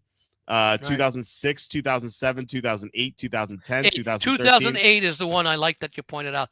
I think he did his best coaching job in 2008. Yeah, Matt Castle, yeah. Brady was already established as one of the best quarterbacks in the game with a Hall of Fame career. I think they had won, 3 Super Bowls by that time, and they were coming off the loss to the Giants, and he goes down in the first half of the first game. Yeah, right. Against Bernard Pollard was the guy who hit him against the that I don't remember. I just remember Mo Lewis on Drew Bledsoe. Yeah. That changed the entire fortune of. It changed the entire fortune of the Patriots franchise. It did nothing for the Jets franchise. Yeah. But I mean, for him to do that with a quarterback of that. Now they ended up not making the playoffs because they were 11-5. I think we talked about that last week, right? We did. Yeah. The tiebreaker. Yes. But, I thought that was his best job of coaching. But and. However, and now who did you vote for in the year that Carolina went 15-1? Was that John Fox? That was Ron Rivera. Okay. Ron. Actually, I had Bruce Arians. I thought with the 14 14-2 versus 15-1. Yeah, I could argue it either way. I thought Arizona had less talent than Carolina because Carolina Cam Newton in his prime. Yeah. I just thought. I think Arizona's quarterback was Carson Palmer at that point, if I remember correctly. So, I thought it could have gone either way. I mean, they both did great. I generally like to award, not that I vote for it, but I generally like to award those kind of accolades, those kind of awards to coaches that significantly overachieve according to expectations. Yeah. And to me, expectations are season win totals because there's money resting on those opinions. Yeah. No doubt. To me, that's the bottom line factor is, okay, which way are they betting and where's the sharp money coming and how good of a projection was it? So, I mean, so and again, that's probably the reason why Vrabel gets it 14-3 as a 5.5 games over expected. And the 8.5 was 4.5 games more than they won last year. I gave it to him to not to spoil anything. The awards will be posted on Saturday, but I gave the Coach of the Year to Vrabel. Belichick, by the way, he also 2010, 2013, 2016, 2017, 2018, and 2021 was my Coach of the Year winner. The 2021 was Mac Jones in the playoffs, which in hindsight is pretty phenomenal. They took Mac Jones to the playoffs. Oh, Mac Jones probably. He probably earned himself he probably did for himself this year what Darnold did for himself last year. Yeah, like he did a good job. I don't know. Is he still is he under contract for another year with the 49ers? I'm gonna look right now. Or does he have an opt-out?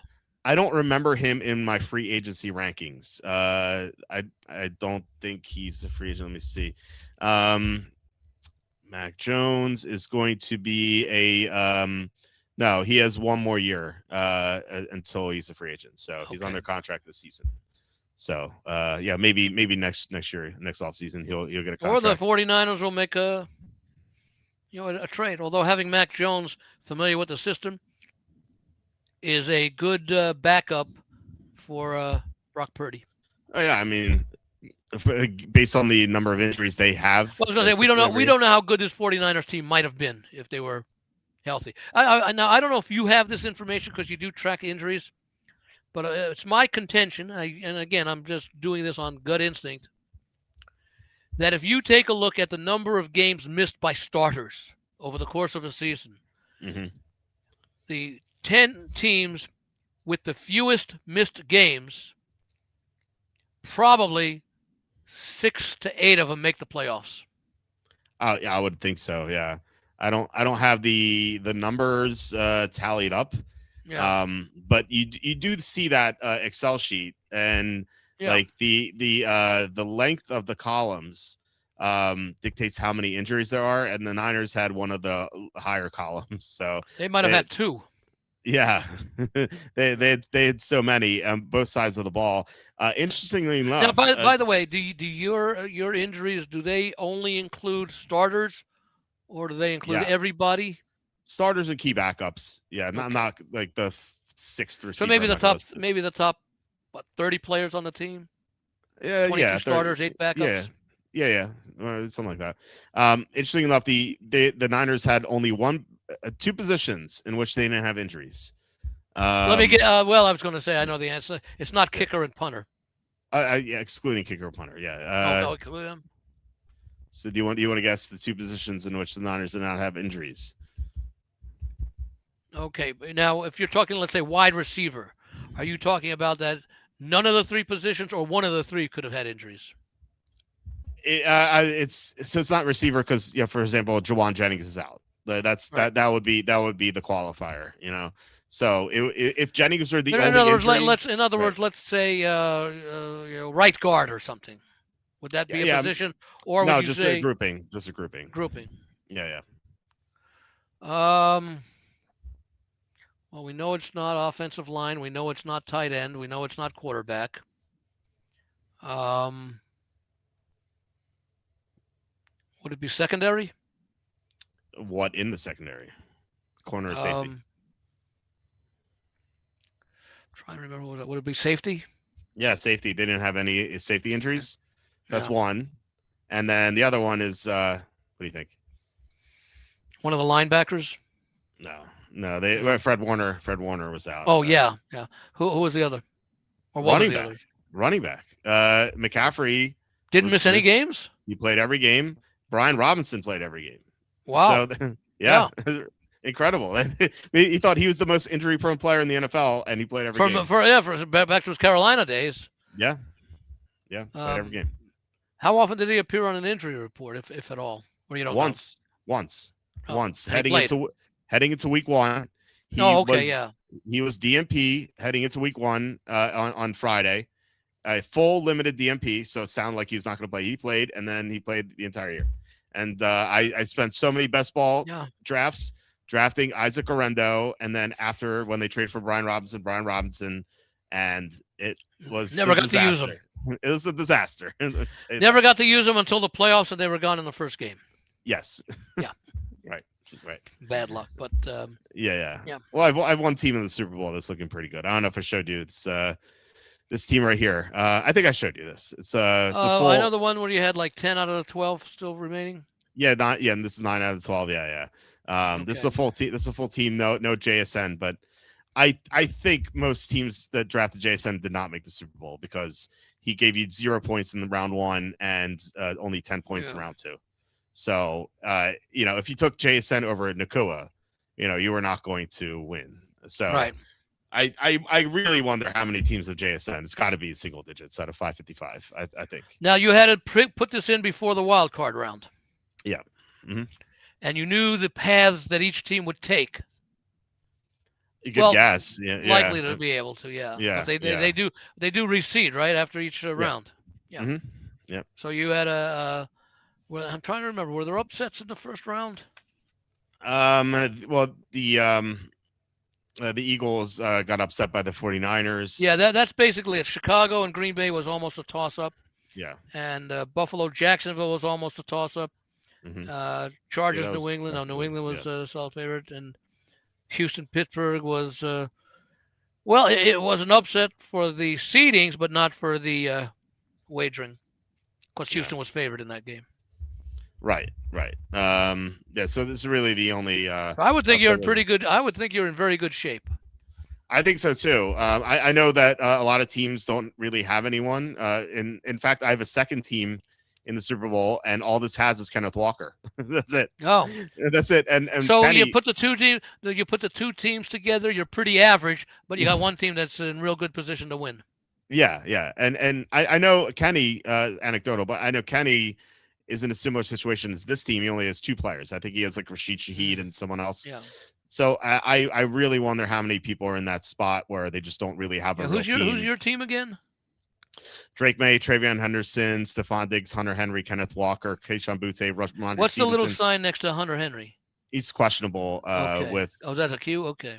Yeah, he's what is this? Questionable. He's not on. He's rest. He's he's gonna rest. It's like an NBA player. He's gonna rest in this game. Okay. It's kind of silly. Walker, so, okay. Yeah, Walker, Who's Butte, Stevenson, Rashid Shaheed, and AJ Barner. Yeah. So, yeah, I need May to outscore Darnold. So you must have had really good expectations for New England coming into the playoffs. I should say for this lineup, because you probably had many lineups where New England wasn't very highly represented. Yeah, if you look at this, like this was a Jacksonville team. I had a lot of Buffalo and Jacksonville teams. I had so many Buffalo teams that really messed me up with them losing. So there's a huge Seattle team. 1, 2, 3, 4, 5, 6, 7, 8, 9. Mm-hmm. Oh no, wait. It's New England. It's 6 New England, 3 Seattle. Oh, I'm sorry. I was looking at the. I was just looking at the first name, Seattle at New England. Okay. Yeah, Seattle was tough to draft because JSN would go in the first round, and if you didn't have JSN, it's like, why would I take these guys? You know, what's the status on Dobbins right now? Not Dobbins. Chardonnay. Oh, he's torn ACL is out. He's what? He tore his ACL. Oh, ACL. Okay. Yeah. So yeah, I like my chances here. It's 555. Milton Williams. I was hoping we'd see a prop. We talked about it with Milton, the Freezer Williams. Would he score a touchdown? Because they used him. In fact, I think they did it in the last game as an offensive lineman to block, not to get the ball. Yeah, Tonga is another defensive player who could score. Yeah. Maybe we'll do that. Maybe Vrabel will get one of his linebackers to do it because he did it as a linebacker. So, maybe Barmore. Yeah, I don't know. These coaches have had 2 weeks to come up with creative plays. So, and the two good coordinators. I played my usual over 2.5 players to have a pass attempt. Evan played that last year and he won because of Pickett. Yeah. At the end. I think that could happen. Yeah. Like I said, 2 good coordinators, McDaniels and Kubiak. Very creative. Yeah, they've had 2 weeks to think of something. And the coaches are. I would say that they're both. I say that they're both conservative and aggressive, depending upon the situation. They're not afraid to take chances, but they're not a Dan Campbell. Yeah, I don't anticipate them making mistakes. They'll make the right choices. We'll see what happens if that maybe that changes or under the pressure. But I'm pretty confident this is not going to be a game where you're going to see the team screw up or something. So now, do you want the history about the underdogs in the Super Bowl? I know they've done well recently, but I mean, if you have the numbers, well, how do you define recent? I think like since I think Brady got upset by Eli Manning the first time, I think. Well, that's not recent. That's almost 20 years. Well, 20 years. I mean, I don't know. It feels recent. Well, here's the numbers since Super Bowl 42. Okay. A couple of things. That's when the Giants beat the unbeaten Patriots. Yeah, that's what I just said. Underdogs are 12-6 straight up, 14-4 against the spread. Okay. Right. 7 of their 12 wins were by single digits, 5 by double digits. The 4 losses 4 of the losses were by less than 10, and 2 of the losses were greater than 10. Trying to remember what it was. Okay. The line in that game was roughly New England 12.5. Do you in that game, which was Super Bowl 42? Yes. There have been 17 Super Bowls played since then. You want to guess what the highest point spread has been in those 17 games? I just want you to guess, not think of it game by game by game. Just what would you normally guess? I know that Pittsburgh, Arizona was. I mean, it was a little. It was the 6.5. I think that was. Yeah, that's the highest. Okay. That was the highest. Okay, yeah. Which means all these games, and in fact, I think there was only 1-5 in there. I think the others were 4, and most of them were 3 or less. Okay. Which is pretty amazing for underdogs in this relatively low point spread range to be 12-6 straight up. Mm-hmm. I mean, that's 14-4 against the spread. What do you account that for? Why do you think there's so well, good? I do write about it here, and let me see. I think part of it is, let's see if I can find it. Part of it is I think that there's more parity amongst the better teams in the league. Okay, we don't have. I mean, last year. Well, last year was an example of a 15-2 Kansas City team and a 14-3 Philadelphia team. But you don't have as many teams with the. And remember, 15-2, 14-3 now includes that extra game, which could easily have not been one of the wins, as opposed to one of the losses because we're 14. I think that, and also you have the lower point spreads. And if you have a lower point spread, it's expecting to be more a competitive game. And when you have a game like the last 2 or 3 years where the point spread is 2, 2.5, 1.5, something like that, either team is capable of winning a game like that on a neutral site. So we shouldn't be surprised by upsets. We should be surprised that it's 67% over the last 18 situations. Right.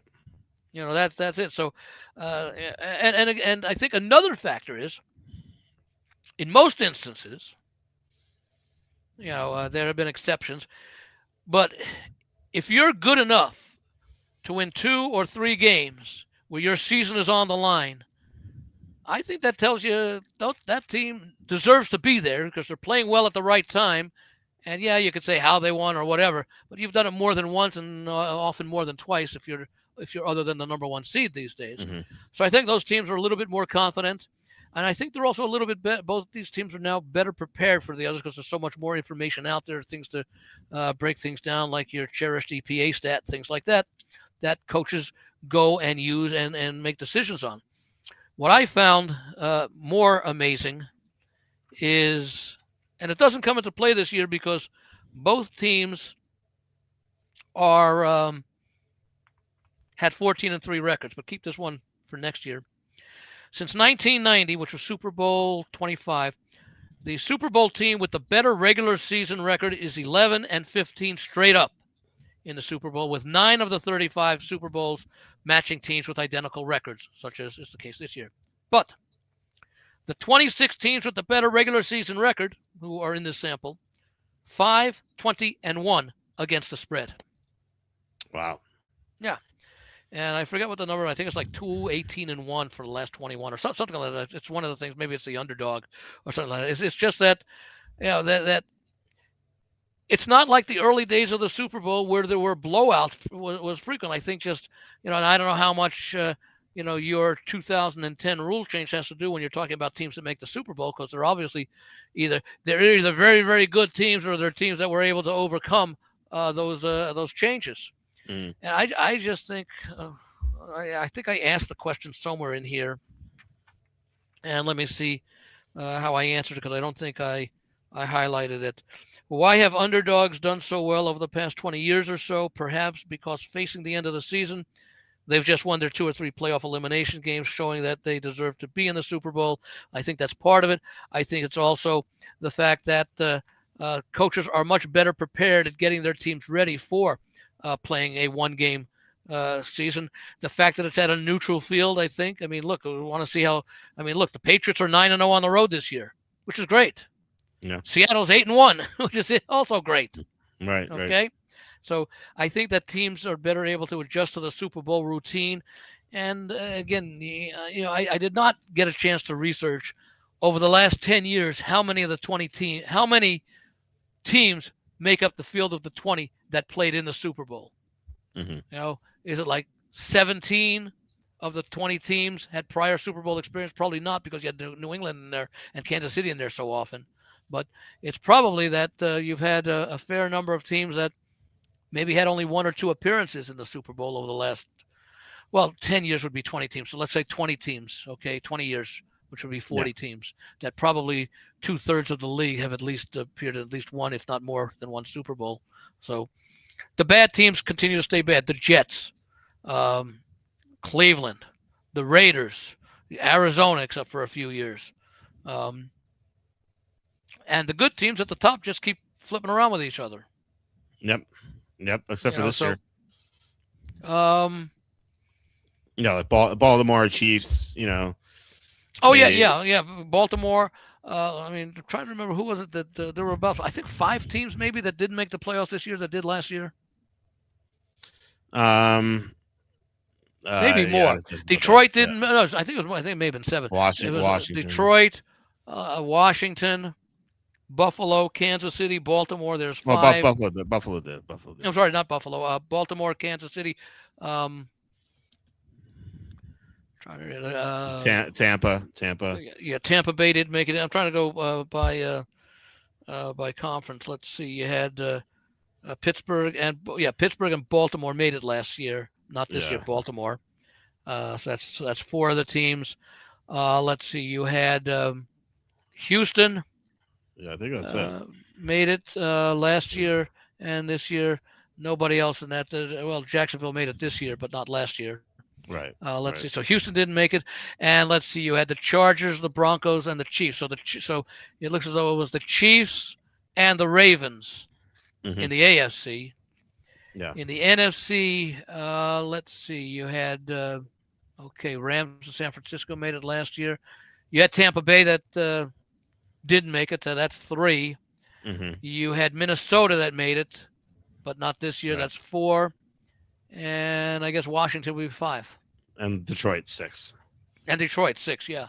Which I think is about typical. Maybe one more than they had in the pre-17 game schedule. So a lot of the teams made it. I think the surprising thing is that you had who was it? Detroit was the number 1 seed last year. Let's see. Philadelphia. Minnesota was. They were the 5, but they had one of the best record. They were like 14-3. Detroit, I think, was 15-2, if I remember. Yes. Yeah. So the thing is that I just think that these teams, especially with the wide open offenses and some of the maybe the kickoff changes have something to do with it. But again, we're going back 20 years, and you didn't have a lot of rule changes, in most of those years. Yeah. So. Yeah. So it was. You're usually going to have teams come in and out of the playoffs. It's just natural, just the parity league. But it's weird that the Chiefs and the Ravens both really declined the same year. Yeah. And Buffalo, they made the playoffs, but to a lesser extent. I think people expected them to make a deep run because those teams weren't in. Yeah. And yet they lost to Denver. Which we said that, and probably cost McDermott his job, because this was the year when the Bills had the, I won't say easiest path, other than to the extent that there were 2 chief contenders that they wouldn't have to face. Right. And I would say an easier NFC team in the Super Bowl than the Eagles. Eagles are so great last year. I don't think there's a team that's as good as them. I don't think there's any team of the 32 that's equivalent to last year's Eagles team. Yeah. Wonder how the Eagles are going to look without Jeff Stoutland. Yeah, that's the big decline for sure. Yeah. They have to get someone good in there. So anyway, I think we talked about reasons. We haven't talked about props though. Yeah. Well, we didn't give our picks. Oh yeah, we haven't done that either. Go ahead. I think we entered this conversation talking about why we like Seattle, like the Well, reasons to take Seattle and to take New we England. started it by you saying that you changed your mind, which would be interesting to find out for Yeah, me and the others as to why you changed your mind. yeah. And I went from not having a strong preference either way to now having a solid preference on the side and only an opinion on the total. Okay. Um. Well, as far as like the initial side was, I thought that just because the first thing you look at is the spread, right? And Yeah. as we talked about before, the spread's only a small piece of the pie, but it's the first piece of the pie you're going to look at because you're going to break down everything after you see the line. Or at least that's how it comes to me. And so when I saw that the advanced Well, line, let me ask you yeah. this. Did you make a line before it came out as to what you thought the line should be? Whether you based it on not necessarily your power ratings or just based upon your understanding of the lines makers and what they like to do or how they've looked at these teams throughout the year? Um, I always make my own spreads before looking at the line. But at the same time, it's like kind of cheating because I know what the advanced spreads are. Yeah. So I try to be fair, you know. Didn't you But say that it'll be like 7.5 over Denver and 5.5 over New England or something like that? um, What the advanced spreads were? the advanced spreads they were the Seattle was 7.5 over Denver and 3.5 over. And then you say the Rams were like the same thing? The Rams were the same thing, yeah.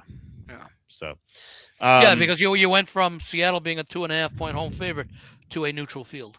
right. I thought that I thought the line before, as mentioned earlier, and the advanced spread. And by the way, that is where it opened at a lot of places. Sorry, I misspoke. I would have made the line 4, and I know the advanced spread was 3.5. So Yeah. when New England opened plus 4.5, I thought, okay, it's the first thing I'm looking at. The Patriots have a slight edge in line value. Line perception, yeah. Right. It's not substantial. It's not like it went from 5.5 to 6.5, where you get a second tier key number. 4 is like a third tier key number, but it's still something. And then, knowing what I know about the underdogs, you mentioned, I didn't know the exact stat, but I know that underdogs generally have fared well in the Super Bowl. I thought, okay, heading into this game, maybe I would like the points with the Patriots, and their defense has played better lately, or at least I thought before thinking about it, because with Milton Williams coming into better health. Which I, as Cassandra pointed out in the chat yesterday, I mentioned Milton Williams like 10 times in my write-up. But Milton Williams healthier, Christian Gonzalez healthy. I thought the Patriots would be able to have a good game plan against Seattle. And with Mike Vrabel, who's done phenomenally as an underdog. Well, see, that was a question I was going to ask you. How much do you think, comparatively between the two teams, which of the two, if either, because maybe you didn't think either did, but if you did, and I would think that most people would probably think at least one of them did, if not both, which team do you think improved more from the start of the season to where they are now? I think you'd have to say New England, right? By a large amount, by a small amount, by a similar amount to Seattle. They definitely improved by more than Seattle did, because they lost to the Raiders. They started. What's that? The Patriots lost to the Raiders. That was game 1, of course. But, right, of course. Well, look, Seattle lost to San Francisco at home in game 1. Yeah, well, it's healthy Nick Bosa, healthy Fred Warner. Like that's very different Niner team. Whereas the Raiders, they won 2 games outside of that, and one of them was week 18 against Chris. Well, that was Pete Carroll also going up against the guy that fired him.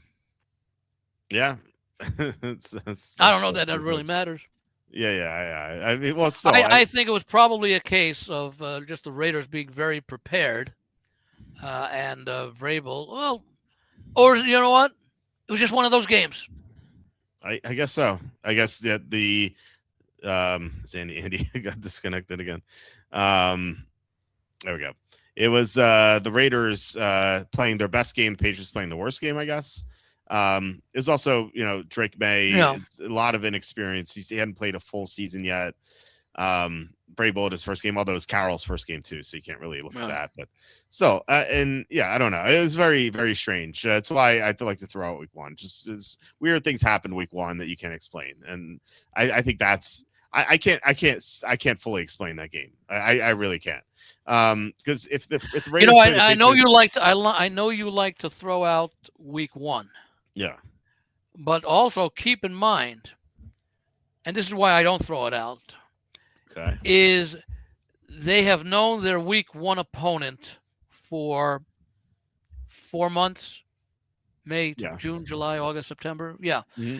And so despite all the changes with practice and everything, that is the greatest amount of time that you're going to have all for a specific opponent. Yeah. So maybe part of it is, and I'd see this is not a reason why I would throw it out, but I could understand you wanted to throw it out on a basis of, well, you don't really know what you're getting in week one because you don't know how teams are going to prepare. Right. You don't know what their personality is going to be. Right. But you see, to me, if you wanted to say, and I know you do say, if you wanted to say, well, they hurt the weaker teams or everything, I would say that would hurt more once the season is underway than it is before the season begins, because you've got, like I say, 16 weeks to get ready for one specific opponent. Yeah. That is true, but I think at the same time, you're not really practicing all as much as teams would have in the past, and you're not playing in the preseason games for the most part. You're still practicing enough. I mean, 4 months is a long time with the OTAs and everything. Yeah. I mean, you're still practicing a lot. And again, the benefit of not practicing as much as you did in the past means that you're fresher coming into the season than you would have been, back before then. I think that maybe what you're coming, and I'm not going to say to throw out week two, but I'm saying that once you start the season, the month of September might not beware, like beware the dog, beware, W-H-E-R-E, beware the change in the practice rules would come into play, because you now have less time to adjust for what you hadn't planned on seeing in the previous game. Oh my God, we didn't realize we were this bad, or something like that, or we didn't realize that that our running game was going to be as good as it is, and we were emphasizing passing all game. You don't have as much time on a week-to-week basis as you do in getting ready for the season. So whether you had 120 hours of practice or 140 hours of practice, I don't think is going to make much of a difference. It's how you use that time. And sometimes you look ahead, sometimes you spend more time. Maybe in the summer you have more times to prepare for specific teams, as you go forward in the season. Like, okay, we're going to prepare game plans for our first 4 opponents instead of in the past our first 6. Mm-hmm. But I don't think that's I'm trying to invent reasons more than anything else. It's just that I think that because you have so much time to prepare, of course, week one is also the week with the greatest uncertainty, because you don't know what you're going to get. Yeah, right. And but once you get it, you can make the situation. Hey, this team was very well prepared. Let's see how they do next week. When now all of a sudden they have to make some adjustments, and they only have X number of practices to do so. Right. And I think that not being able to hit in practice, and you're not hitting in the preseason games, you're not playing. I think that could have an impact on that too. So it's different. It's a lot different. I think 20 years, 15 years ago. Actually, no, it's longer than that. 20 years ago, when they used to play in the preseason, I mean, starters used to play into the third quarter of the week 3 preseason game. They were way more prepared for week one, I thought, than they are now. So it's just, well, that's an individual coach's option. Who who's the one who played? Was it who's the one who played all the starters in the final preseason game? Under a couple of them who played. I think it might have been Sean Payton. I forget who did. But even still, like, they still don't play as much as they used to, because, like I said, they used to play in the third quarter. Now, if it's like, oh, they're playing into the second quarter. Wow, it's so different. So. Well, then again, I will point this out also. Think of how many injuries have been avoided because you only played 3 preseason games. Yeah, I'm not saying That you might have. Yeah. I'm criticizing the coaches. I would do Yeah. the same thing. I'd put the players in bubble wrap until week one. Yeah.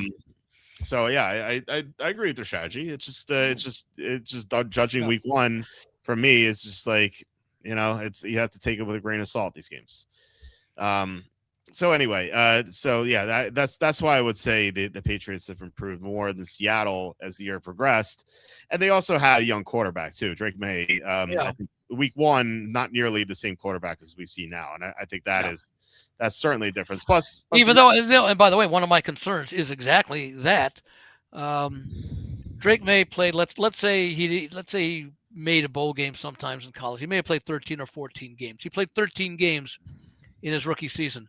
yeah, Now he's playing game 20, and I think that some of that, the extended period of time that he's played this year, has affected him over the last few weeks, and maybe that contributes to some of those 5 sacks in each of those games.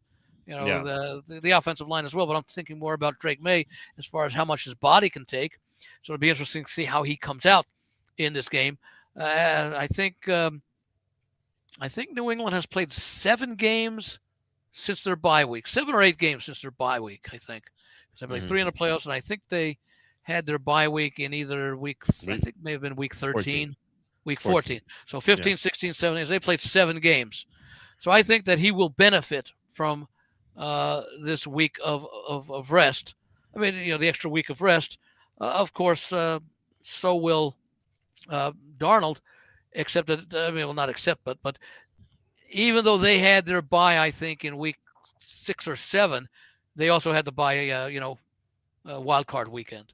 So they should be a little bit fresher, but it's not so much fresher that I think that the week off, the intervening week off, benefited New England more than it did Seattle, because Seattle had the more recent bye. Yeah. Yeah, no, I think that's correct. So, anyway, as so to go through my thought process here, I initially thought I'd be on the Patriots, and just digging more into like how the matchups have gone down, because like I said, the defense has been ranked highly recently, and I thought, okay, Milt Williams is back, Christian Gonzalez healthy, but like, what offenses have they played since Buffalo, where they allowed 35-10 after that 21-0 lead? And also Drake May has been sloppy. You mentioned him just now. Like he's been sacked 5 times. That's my major concern. If I'm backing the Patriots, that's a major concern.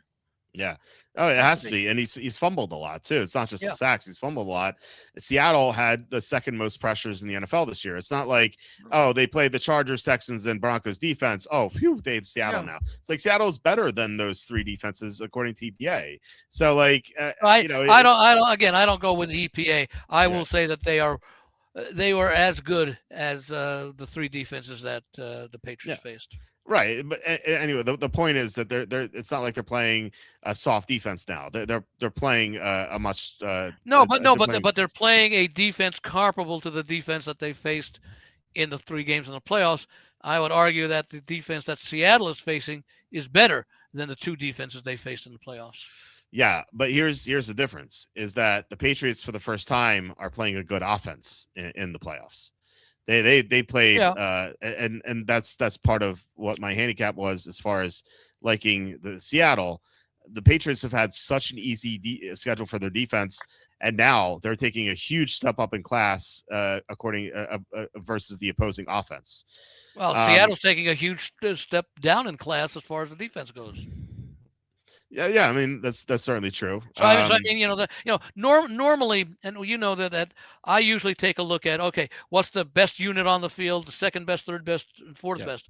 In this game, I don't see a huge gap between number 1 and number 4. Yeah, I don't think there's a huge gap. But I would be, I think I'd be hard pressed not to put the Patriots. I think the Patriots offense number 4, even though like Drake May has been great at times, but he's taken 5 sacks every game. They were second in the league in scoring this year, and 3rd in the league in total offense. And you could put the schedule in there to explain it, but you're still playing NFL teams with strengths and weaknesses and missing players and players coming in there. You had Seattle lose 28 turnovers in the regular season, 16 for New England.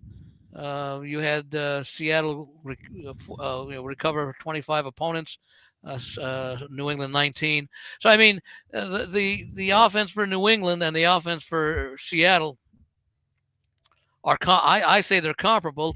Yeah, you can always take a look at the strength of schedule, but again, what's the difference between I've often said this. What's the difference between the best quarterback and the worst quarterback in the NFL is due not necessarily to talent, but by the coaching they get. All these guys are really good. I mean, or let's say not Brady Cook.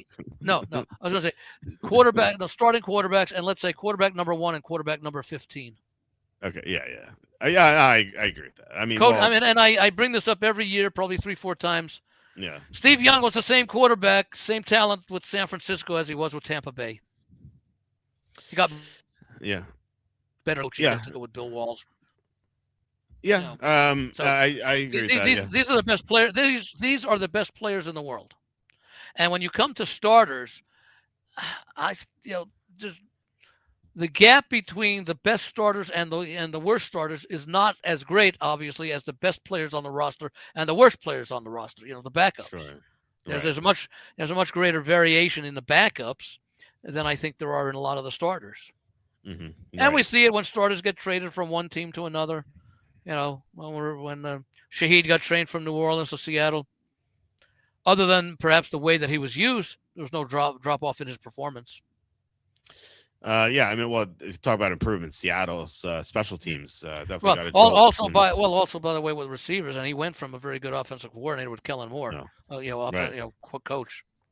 Yeah, I think New Orleans is going to be, and I don't know if it's going to be a surprise team, but I think they're going to be a nice pick next year for season wins. Yeah, you were looking at them at the Super Bowl on Friday's show. I remember you commenting. Saints were 100-1. Yeah, and I think Atlanta's going to be another team. So the problem is they play each other, but you know what? It's only 2 games. You can still go 16-1 or something like that if you split and you beat everybody else. So are we hyping up the NFC South now? This is be the next juggernaut. Because I think Tampa Bay is going to continue its decline. Yeah. Carolina is, I think, a little bit unknown. I like what they did down. I like what Canales has done down there. Yeah. Canales done a really good job. It's funny that Tampa let him and Liam Cohen both go, and they kept Todd Bowles. That's it's questionable decision making there, but anyway. So as to continue down the rabbit hole, I looked at the matchups that New England's defense had, and then considered that the NFC is a lot better than the AFC. We saw that last year. The top team, the NFC. See, I don't have them that much better. I have them about 2 points better overall. Okay. Because I think that the NFC has some really, really good teams and also some really, really bad teams. I think the AFC probably has more bad teams than good teams. Yeah, I think I agree with that. Yeah. But anyway, I said before, the team from the better conference and the team rated higher in their own conference. Than Seattle's still my number 1 team overall. Yeah, Seattle number 1 in the better conference. New England is 2 or 3, maybe 4 in the lesser conference. So there were 3 according to your power rankings heading into the playoffs. In the AFC. Too. Yeah. Well, not heading into the playoffs, but if I could go back, you know what? I'm gonna go back because I can find them while we're talking here because I keep my all the data for the year. I keep back as far as the weeks when I start keeping the stats that I really rely on probably around 5 games into the season. So I'm going to find out where they ranked after week 18. Okay. Yeah, it'll be interesting to see. I save all my power rankings, so I just access them. They're not on the site. I just have them ready. They used to be on the site, but it's harder to update them now that we went to WordPress. But anyway, so yeah, that's my point. It's you have the best team from the best conference, and you have the third or so best team from the lesser conference, and it just feels like when I go back to the line I made when I initially said it should be 4, and considering all that stuff and considering how the Eagles dominated the Chiefs in the Super Bowl last year when you had the best team versus the best team, or maybe second best team, from their respective conferences. I thought that's just a one game. That's just a one game sample, though. I mean, you go back the year before, San Francisco and the Kansas City game goes to overtime. But I think those conferences were there wasn't as much separating them in 2023 as there were in 2024. I feel like 2024 and 2025 were pretty similar in the dichotomy of the two conferences. I think, at least that's what I remember. I'm not sure. I don't know that I could say that they were similar. I think that last year the conferences might have been. I guess you could go by, and I don't have the information here, but what was the Super Bowl line that was put up throughout the season and adjusted every other week? Right. Probably 1.5 one way or the other. Probably the NFC. Probably. Okay. Yeah. What did I have last? Okay, let me see what I had at the end of the season. Let me just expand this a little bit. Okay, through 18 weeks, I actually had Seattle number 1, the Rams number 2, Jacksonville number 3, Houston number 4. I actually had San Francisco number 5. Okay. New England number 6. There you go. And the Colts again were still getting some of the credit for early in the season. Number 7, Buffalo 8. And then I think I had these next teams pretty much the same order: Denver, Detroit, Philadelphia, Kansas City, Baltimore, and the Chargers, Green Bay, and Minnesota. Okay. So yeah. So I did not have Pittsburgh or Chicago in the top 16 in the playoff field. Green Bay was 15. So Minnesota was 16. So 16 didn't make the playoffs. 17, 18 did not make the playoffs. And I had Carolina number 21. That's not a surprise when you win a division at 8 and 9. Right. Yeah. So that's what I had. Okay. So yeah, like I said, the top team from the better conference and the third best team from the lesser conference, and like this.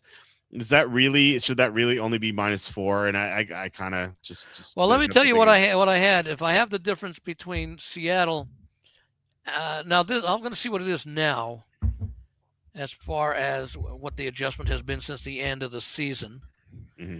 At the end of the season on a neutral field, I would have had Seattle favored by 6.92, almost 7. I now have that margin at almost the same, 6.7, 6.8, 6.9 rather. See all that? Yeah. So my difference between the end of the season and now has not been that much different. The one thing I think that keeps it at the level that it is that Seattle blowout of San Francisco. That's the one anomaly in the postseason. So you would have made this line 7 then, right? 6.97. Well, yeah. If I didn't adjust for the fact that that's just one set of numbers. That if I didn't, but I said earlier when I took the end of the season, that's just one of the 3 numbers that I use. Okay. Which is about the same now. Now let me just see here, because I used the 2 other factors, the expectations and the. Okay, so after week 18. I would have had on a neutral field Seattle 6.9. I would have had 6.9 plus. Okay, the second set of ratings is about 2.4 for the lines makers ratings. So 6.9 and 2.4 is 9.3, and in the end I had 9.3. And then I had a difference of 4.5, so that's 13.8, which is about 4.6. Okay. And right now I have it at 4.3. So basically, basically where the line pretty much is. Okay. All right. Well, okay. So anyway, so I think that I would like just rethinking my number. I thought maybe I was a little too low. But anyway, talk about the units and like it is close, but I think Seattle's offensive defense I think are better than the Patriots offensive defense. Just overall, I think Seattle, like if you're just looking at the best team think Seattle is the better team. Not that the better team always wins, but I think Seattle with their pressure against Drake May, who's been turning the ball over a lot with his fumbles and taking a lot of sacks. I think that could really be a factor in this game. So in the end, whereas I thought New England would be the play, I came to picking Seattle to cover the spread. It's not a big play, but I have Seattle winning 24-17. And I think people were on the show yesterday on the comments were saying that they could think it's a blowout. And I think if I hear a lot of people saying that all over. I think if one team blows out the other, it's I think more likely to be Seattle than New England. But crazier things have happened, right? So so anyway, I've Seattle covering the 4.5, 24-17. What is your pick for this game? Okay, I'm going to go back again to the underdogs and what I mentioned. In the last, I guess it's the last 18 years, beginning with that Giants win. I talked about the great underdog record, both straight up and against the spread. 14-4 against the spread, 12-6 straight up. Interestingly enough, the favorites who let me see here. Where is it? The favorites who well, I guess I have it the wrong way here.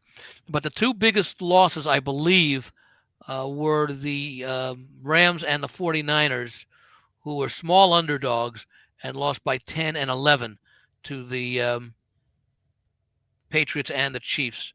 Mm-hmm. The underdogs that had the biggest margin, two underdogs that lost outright, lost by 10 and 11. The five underdogs that won outright by double digits, won by 18, 22, 14, 35, and 14. Yeah.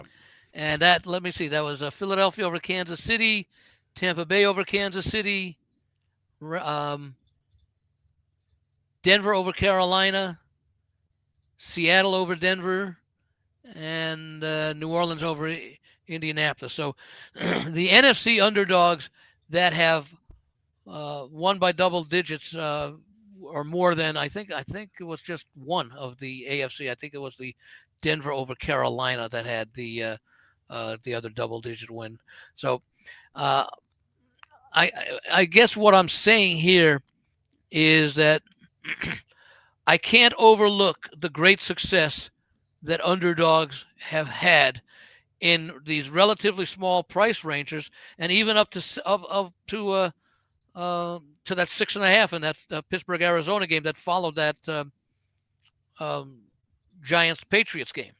And of course, the favorites are favored because that's what everybody expects going into the game. So, everyone expects, everyone expected last year's favorite. Well, I'm not going to use last year's favorite because it was a small line. Mm-hmm. But if I go back and take a look at, let's see, 6.5, Pittsburgh 6.5 over Arizona, and they won by 4. I'll take a look at 4 now. New Orleans by 4.5. They covered against Indianapolis. Baltimore 4.5 did not cover against San Francisco in their win. Denver was a 5-point underdog to Carolina. They won outright. Philadelphia 4-point favorite over New England. They won outright. 4.5-point favorite Cincinnati over the Rams. They lost, but they covered.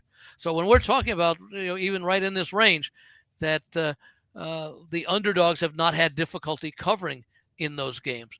So I could basically say, well, do I want to pick New England to cover the spread but not win the game? And then I take a look at, let me see where the numbers are for the straight up winner, because it's a very large number, a very high percentage. About let me see where I have it here. I've got to go back a couple of issues to find it, but the line does not come into play. In fact, I know where I've got it here. Hold on a second here. I can go back to those 18. Let me see. A line equals greater than 0. Okay. Let me see. Okay, for the winner. Okay. Yeah, because I don't care about the line anymore. I mean, it matters, but that's not what I'm looking for here.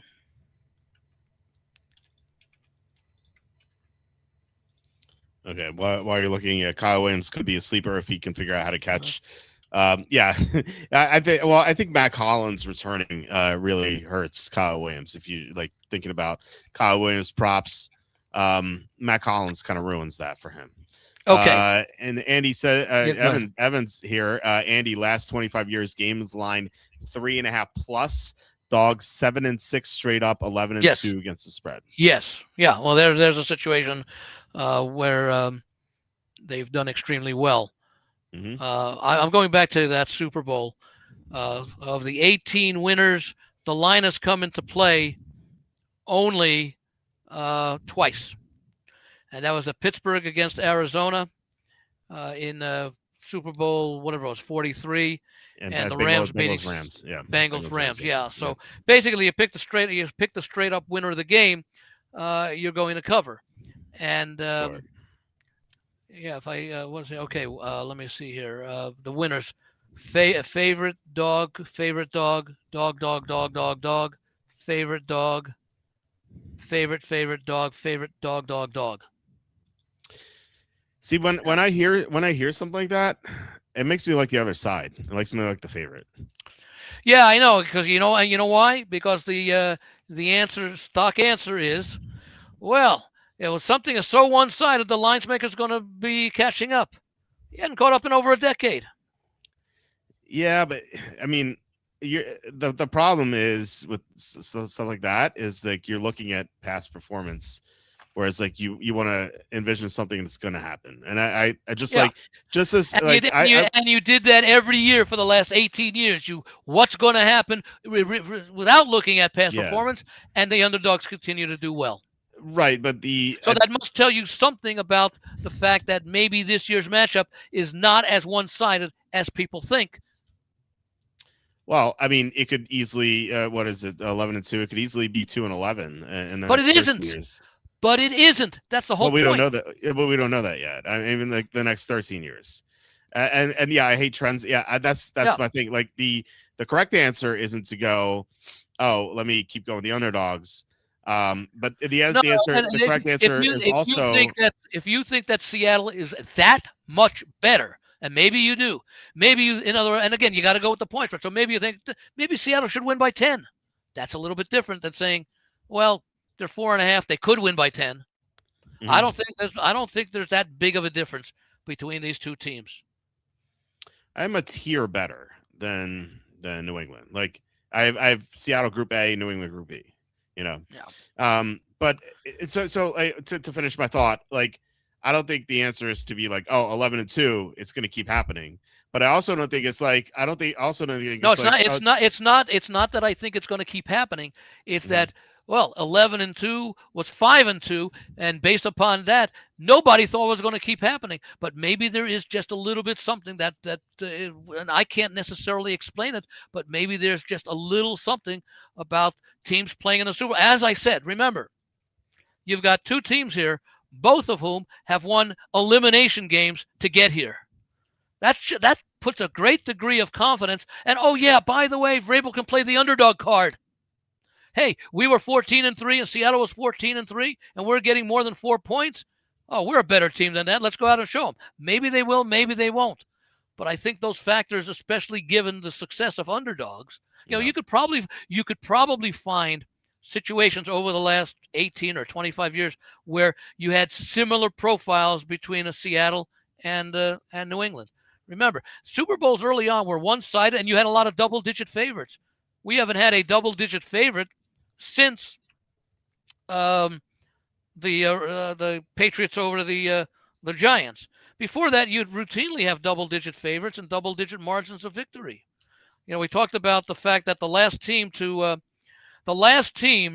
with the better, now it doesn't apply this year, but the last team with a better record than the opponent to actually win and cover was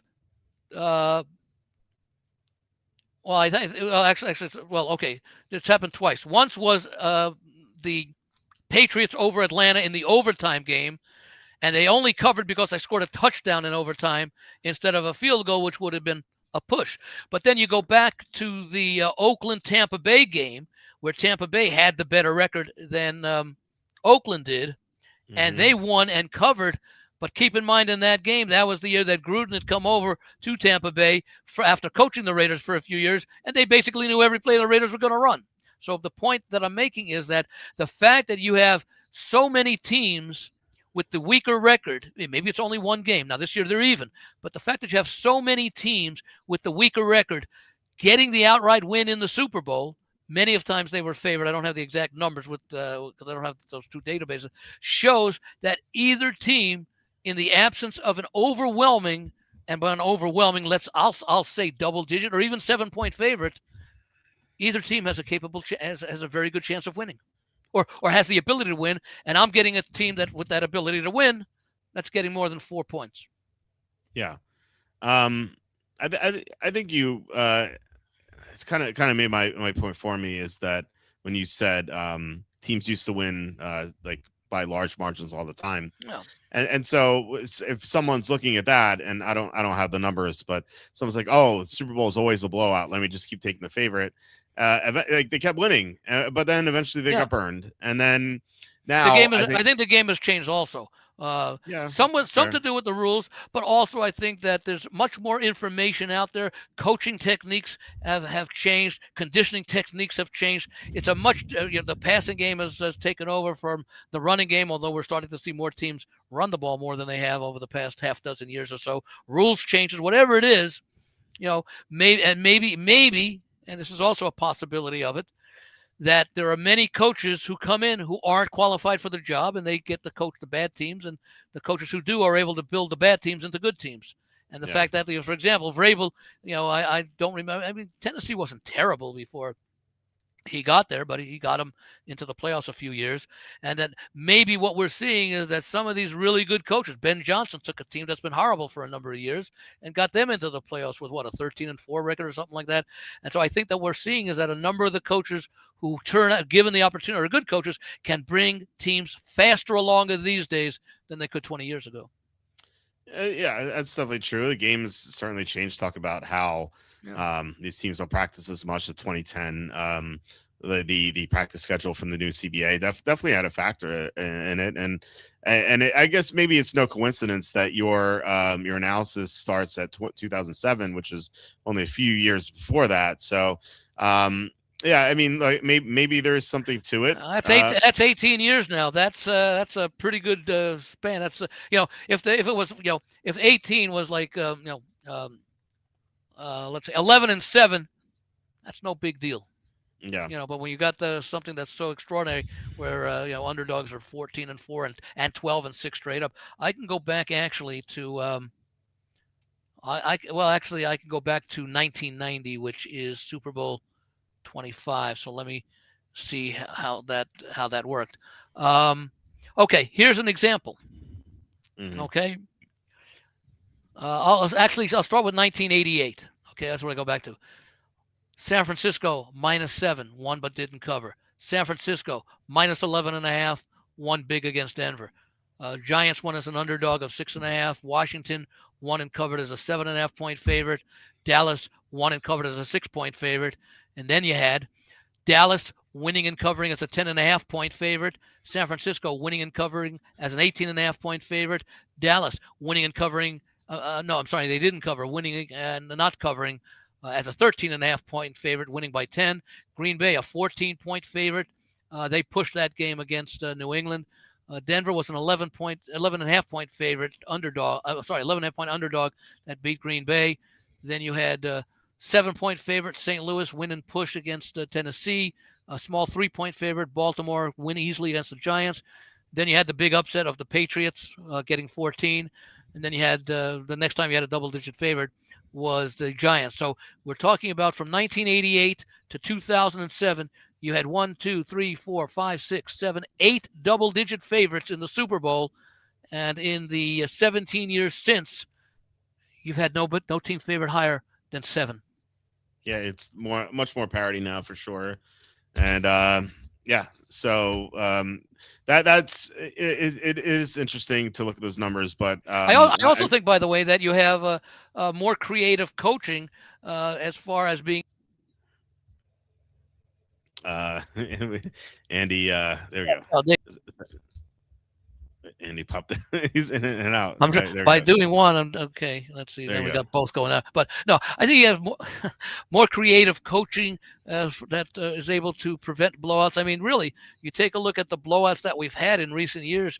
I guess you could go back to the what was it? The Denver, which was the one that they played, the one that played at the Meadowlands, where they had the safety on the first play. Was that Denver? Against Seattle? Yeah. Yeah. Where Seattle won with the sack early, the safety early, which, by the way, is interesting when it comes to props. And I always make this point that the guys, a lot of sharps don't mind laying the minus 1,400 or whatever it was to say, oh, there'll be no safety. Okay. Well, it hit 3 years in a row. The Peyton Manning safety was the third straight year that it hit. So those people, let's say they laid 13-1, they're out $3,900 on a $100 wager. Okay. Yeah. So $3,900 laying 13. Now there's been no safety since then, but that's only 7 or 8 years. You're going to need 39 years to break even. Well, it's you're almost there. You're almost at a decade. No, So. that's why. That's why I think there's a danger in playing some of those very big. Now, unless there's like here in Vegas, you can only the Westgate is the only place that I know of. There may be some others in town where you can actually make parlays on props. But number one, it's a specific number of. I think there's like maybe 50 individual props that you can parlay, but you can have no more than a 2-team parlay. Okay, that's pathetic. So I actually did one that you like. They can do it. That both teams have that there's a defensive or special team score by both teams, because I think that's cool. Possible given the caliber of the two defenses playing and the uncertainty of the two quarterbacks because of their lack of experience and how will they handle the big game. But when I look at some of these things that occur over the years, it's totally a different game when you have competitive. I mean, like I said, to go 17 years with no team favored by 7, that's basically telling you that in a sense it's a league of parity, but not the way that we think of parity. There's parity at the top amongst 7 or 8 teams. There's parity in the bottom about the 7 or 8 worst teams, as opposed to there are 2 or 3 teams head and shoulders above everybody else, and there are 4 or 5 teams that might be able to win a game or 2 in the playoffs. What before we get back on topic, what do you know what odds you got for the parlay, the defensive touchdowns / special teams? I want to say it probably wasn't very good as compared to offshore, but I want to say it's somewhere 29 or 30-1. Okay, yeah, because I mean you get special teams as well, whereas FanDuel you only get defense. It's those are always fun. Rooting for the defensive touchdowns. It's a different sort of. Well, I play that every year. Another one I played that's about I think it's 50-50 over the last 16 years. Yeah. And see, one of my approaches to playing props is that I look for props that have the plus, and B, have nothing to do with how you think who's going to win the game. Yeah. Okay? So, for example, will the team that scores first win the game? Okay? Mm-hmm. That's something like 8-8 over the last 16 years. I took the no, which is what I always take, because the yes is always the favorite. I got plus 145 on that one. Might be able to find it higher, but plus 145 for something that is independent of who you think is going to win the game. I thought that's a good price, and like I say, I go 8-8 at that price. You could do quite well over a period of time. Now the one I like that one. Yeah. The one and the one that I call them a tandem prop, and I've used this one for. Okay. Remember. Okay, that's another important thing. There's like I don't know if I mentioned them last week. My 5 pieces of advice for playing props. Number one is look for places with 20-cent lines or better. At the relatively pick'em prices. For example, here in Vegas, the Westgate basically uses a 20-cent line. South Point uses a 20-cent line. Stations uses a 30-cent line. So unless you could find a really good prop that is mispriced at one of those 30-line prices, you're going to get a better price elsewhere, whether you be the favorite or the underdog.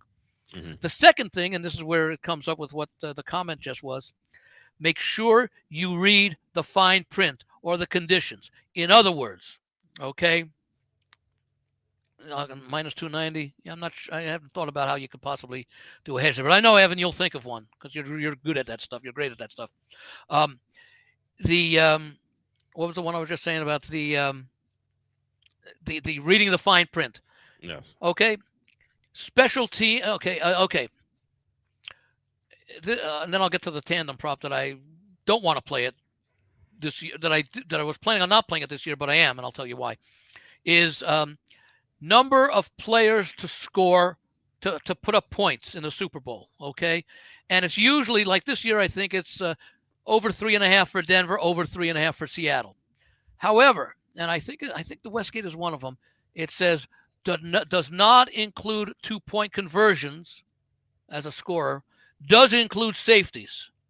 Okay, other places will include both safeties and 2-point conversions. Okay, so you figure, okay, forget the safety for a moment. If it includes 2-point conversions, and of course that's the octopus player who scores a touchdown and a 2-point conversion on that same touchdown.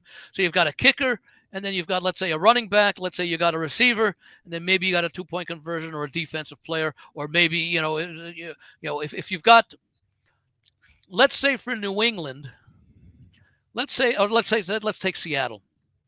It doesn't really matter. But let's say using a line of 4 and 44, or let's say use 4 and 41, okay? 4 and 45, okay? The projected score there would be, let's say it's 24-20, okay? Yeah. Okay. Because it's basically 24 to 20. Well, 20. I'll say 24 to 20. Yeah. Well, because I want to use numbers that are normal numbers for final scores. I'm not going to say 25 to 18 or something like that. So, with a number of 45, 24, 21, 28, 17, whatever it is. Let's say it's 24-20 based upon the opening number of 4. So how do you get to 24 normally? Okay, 3 touchdowns and a field goal. Okay, so right there, if you're going to get the 3 touchdowns, let's say 3 different players scored a touchdown, and then you got the kicker. Okay, and for 2021, you probably need the 3 touchdowns, and the kicker gets you to 4, which is over 3.5. And of course, there could be special team touchdowns. Of course, there could also be Drake May scores 2 touchdowns for the Patriots, and you're not going to get the 3.5. But the thing is, you do want to take a look at the provisions or the exceptions. Now, one thing I found out interesting, and I actually mentioned on a show I did today, who's going to score the first touchdown of a game? And I don't know if you play those. I normally don't play that. I actually played Shaheed to score an anytime touchdown at like plus 380 or 400. No, it's 380 or 390. It wasn't 400. Okay, anytime. I normally don't play who scores the first touchdown of the game. But what I found interesting, and I think the Westgate has been doing this for years. I know they did it this year. I think they didn't do it. They did it last year. Is they list 30 players for MVP. However, they do not list, and the provision is to that the player must play in order for you to have action on that bet. So if a guy is inactive and you bet him, I'm guessing that you get the refund on that, which makes sense. Okay. Now, what they don't do, they list like 30 players individually. Let's say 15 for Seattle, 15 for New England. They do not list the field bet, meaning it is unlikely, but they do not list a good number of the roster, 30-something players almost, that are not listed for the prop. So what happens if someone in the field, I'm going to use this as an example. You couldn't do it here in Vegas, and I doubt he was listed as one of the players. The last time Seattle and New England met, 28-24, that bad play at the end of the game by Seattle, Malcolm Butler was a rookie. He could have won MVP if they wanted to. He also, I think, made a nice defensive play right before that denied a long, 2 or 3 plays earlier that I think denied a long gain or whatever it was. In any event, and I asked someone to find out for me what the answer is, that if the field, now I will say South Point and Stations both have the field as an individual betting entry or betting option, and it's 25-1. So if you bet on somebody who's not listed and they win, you'd get 25-1 at either of those two places, and everybody else would lose.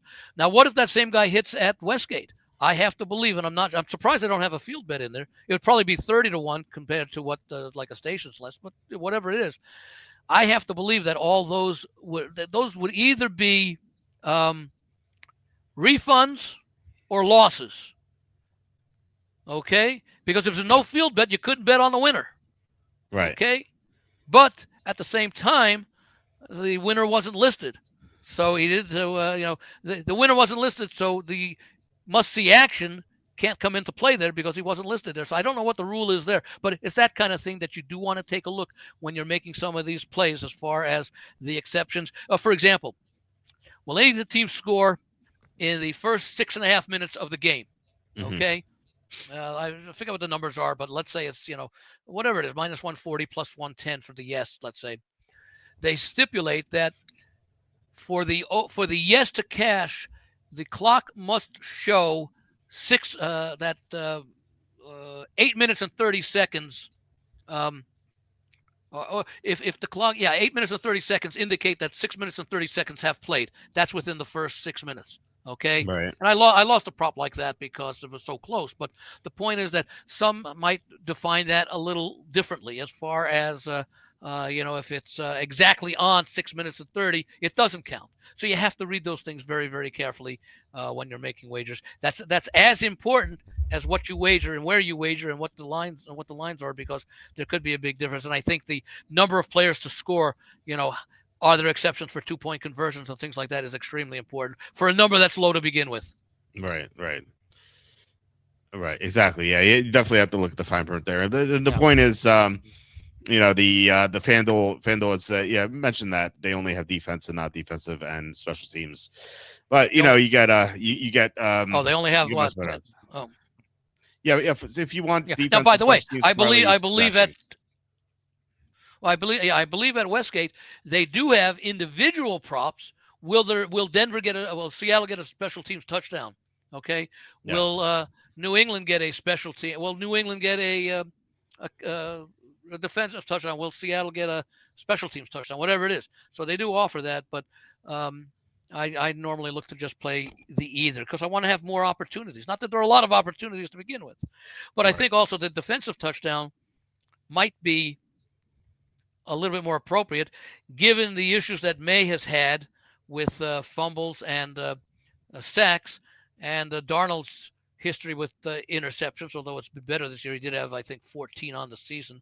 I think he may had. I don't know if he had any in the playoffs so far in the two games that they've played against San Francisco and the Rams. But so.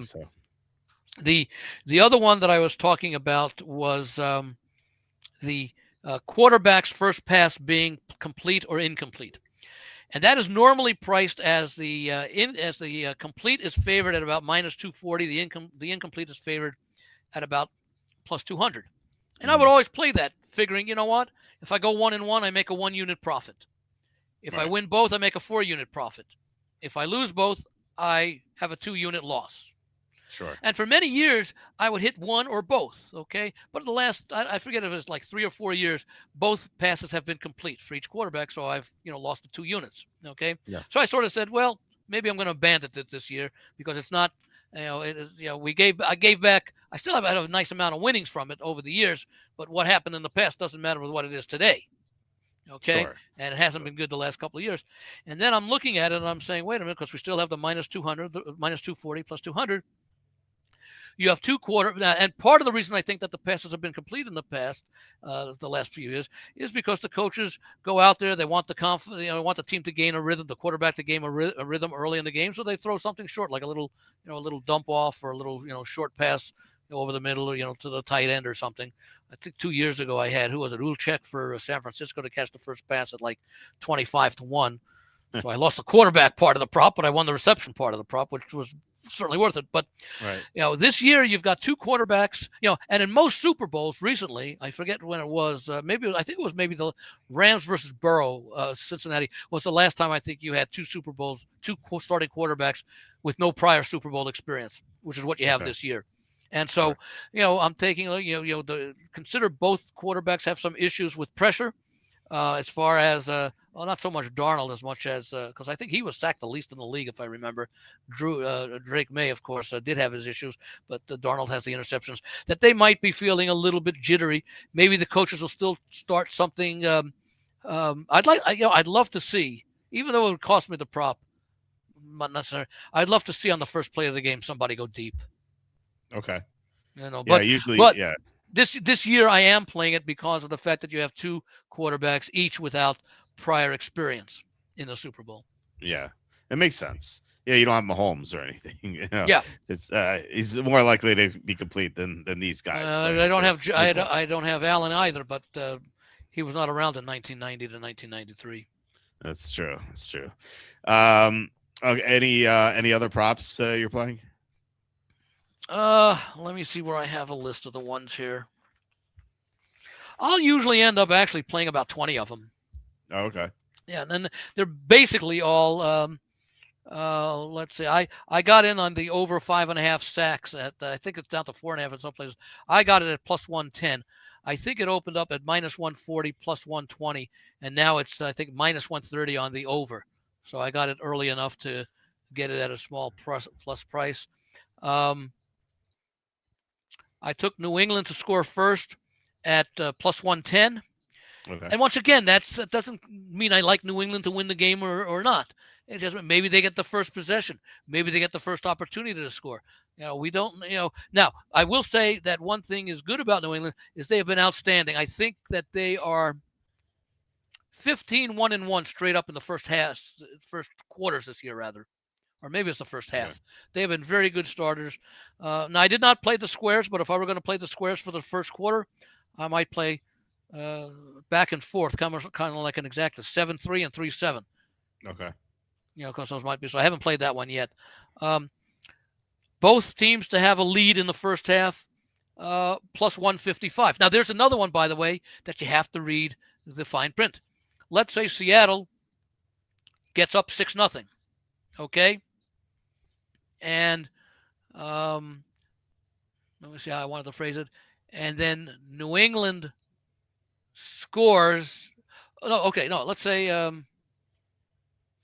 I know what you're saying. The extra points don't count. The extra points don't count, and so that's as far as the lead goes. So, but right. No. In other words, extra counts. You have to take into account the extra point to determine when there's a lead. So, for example, now let's say, well, you understand it. I'm having difficulty explaining it because I don't have the example in front of me. So I took that one. That one's plus 155. Will there be a fourth quarter lead change? Again, it's a competitively priced game. We don't know what will happen, but that is plus 250 on the yes. The other one I play, and it's about a little bit better than 50-50. First score other than a touchdown, which basically means safety or field goal. Yeah. And, we always see low scoring in the first quarters. I think the total this year, if I'm not mistaken, is 9.5 for the first quarter, as opposed to 10.5. As it should be, Yeah. So, like you said, lower score in the first quarter. Yeah. Game decided by 3 points. We had 3 straight 3-point Super Bowls before last year. Okay, and that's plus 450. Okay. So those are a couple of ones that I've played. I'll probably fill in a few more over the next. Well, I did play over 2.5 players to have a pass attempt. I got that at plus 180. Okay. I don't know if you played those trifectas that you talked about last time. Andy, there we go. I guess maybe it's not called trifectas. Maybe it's Triple Crown. As Andy is it's the first time he hasn't logged in right away. So I played I think they're called the Triple Crowns, where you pick the top passer, top rusher, and top receiver, and then you get odds based on who's the best in each category. But funny enough, you can actually bet them individually. You can bet like, who's going to be the top passer, who's going to be top rusher, who's going to be top receiver, and then you could parlay them. And actually, the parlay pays better than the odds they give you, at least on FanDuel. So for example, and Andy's still not on. Yeah, it's weird. Anyway, so for Drake May to be the top passer and Drake May to be the top rusher and Hunter Henry to be the top receiver, it's listed at 100 to 1 on FanDuel. But if you parlay them together, it's actually 110 to 1. So it's weird that you just get such a better number doing it that way. Not sure why that's the case. The longer shot I took was Sam Darnold. Oh, here we go. Andy's back. I think. Is Andy back? There we go. Oh yeah. There we go. I was saying, did you play any of those triple crowns / I don't know what they're called. I know what they are, and I actually have them here for if you wanted to see what a couple of them are from the Westgate, where who will lead in passing, who will lead in rushing, and who will lead in receiving. Yeah.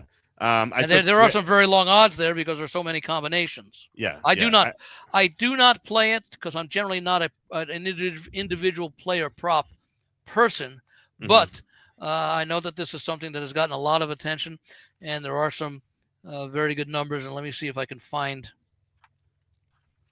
where that page is, and you can, let me know if there's any ones in particular that you. It's called the Triple Crown. Triple Crown, yeah. I bet 3 of them. I bet Drake May passing, Drake May rushing, and Hunter Henry receiving. I don't know if that pays out. The thinking is Seattle gets up maybe via defensive touchdown. May and Hunter. Yeah. Or I think they list receiving second, so it'd be May, Hunter, May, or something. I don't know, whatever. Yeah. Okay. Yeah, I was looking at May and May, but it's May, Hunter. May, Hunter, May. May, Henry, right? Henry. Hunter. Oh yeah. May, Henry, May. Yeah, not Travis Hunter. Yeah. Okay. May, Henry, May. Yeah. So why you figure that out? Yeah, I'm gonna see where I can. It's got to be here, I would think, because I already see a couple with May. Okay, here it is. May, Henry, and May. What'd you get it at? Well, FanDuel lists it at 100 to 1, but if you parlay the 3 winners together, you get 110 to 1. So that's what I got technically. Wait, say that one part again. So if FanDuel lists it at 100 to 1, right? But if you could bet them individually, like you could bet who the top passer is. You could bet who the top okay. rusher So is. in other words, you can parlay May to Henry to May. Yes. As opposed to playing it as a same game parlay. Right. And you get 110 to 1 if you parlay the 3 together. Yeah, they listed at 100 to 1 here. Okay, so I got 110 to 1. And as I mentioned, at Westgate you can't parlay. Well, these are part of the ones that you can't parlay, but even there, they only limit the parlayable ones to two props. That's unbelievable. You can't parlay more than 2 things. That's kind of pathetic. In Vegas, you should be able to do more than that. The other one I took out was I swapped May passing with Darnold passing, and so I had Darnold. So Darnold, Henry, and May. Yeah. Which is negative correlation because you have the top passer being one team and the top receiver being the other team. So naturally, it was going to be a bigger number than that. So Darnold, Henry, and May. Yeah. Have you found it? Okay. I haven't yet. Darnold Hollins. I would think so. Let me see. Darnold Cup. Darnold Stevenson. Darnold Henry May. Yeah. Yeah, I'm trying to see. I must have missed it here because he'd be. Oh, here it is. It's like the second one from the end on. It's pretty bad. I thought it was a crazy number. What'd you get that one at? So again, FanDuel listed at 225 to 1, but if you parlay them together, you get 248 to 1. This one is 500 to 1. Darnold, Henry, and May. Oh man, I got ripped off. I thought I was getting a great number there. That's 500 to 1. It's insane for that. Yeah. Well, that's what it was. Let me check. That's great. I don't know how popular it is, but I'm going to check right now to see. Let me see. I don't Here. know. I can't imagine many people are taking that because it's negative correlation with the quarterback and the receiver. No, So, but well, look, some people may play. Oh, I'll put $10 on all the 500 to ones or something like that. And that's there true. aren't that many of them. So let me see here. I do feel like the ones at the bottom have a decent chance to hit, like in comparison to other like 500 to 1 bets you could possibly make. Well, you got 3 guys who have decent odds for their individual ones. So let me see here. Yeah, but I think it's the suited. negative correlation that really makes that line super high. Let me see where I could find it if they have crossbar. Okay, Super Bowl Triple Crown. Okay, let me see this. 881191. Okay. Sure, it's still near the bottom. Yeah. It's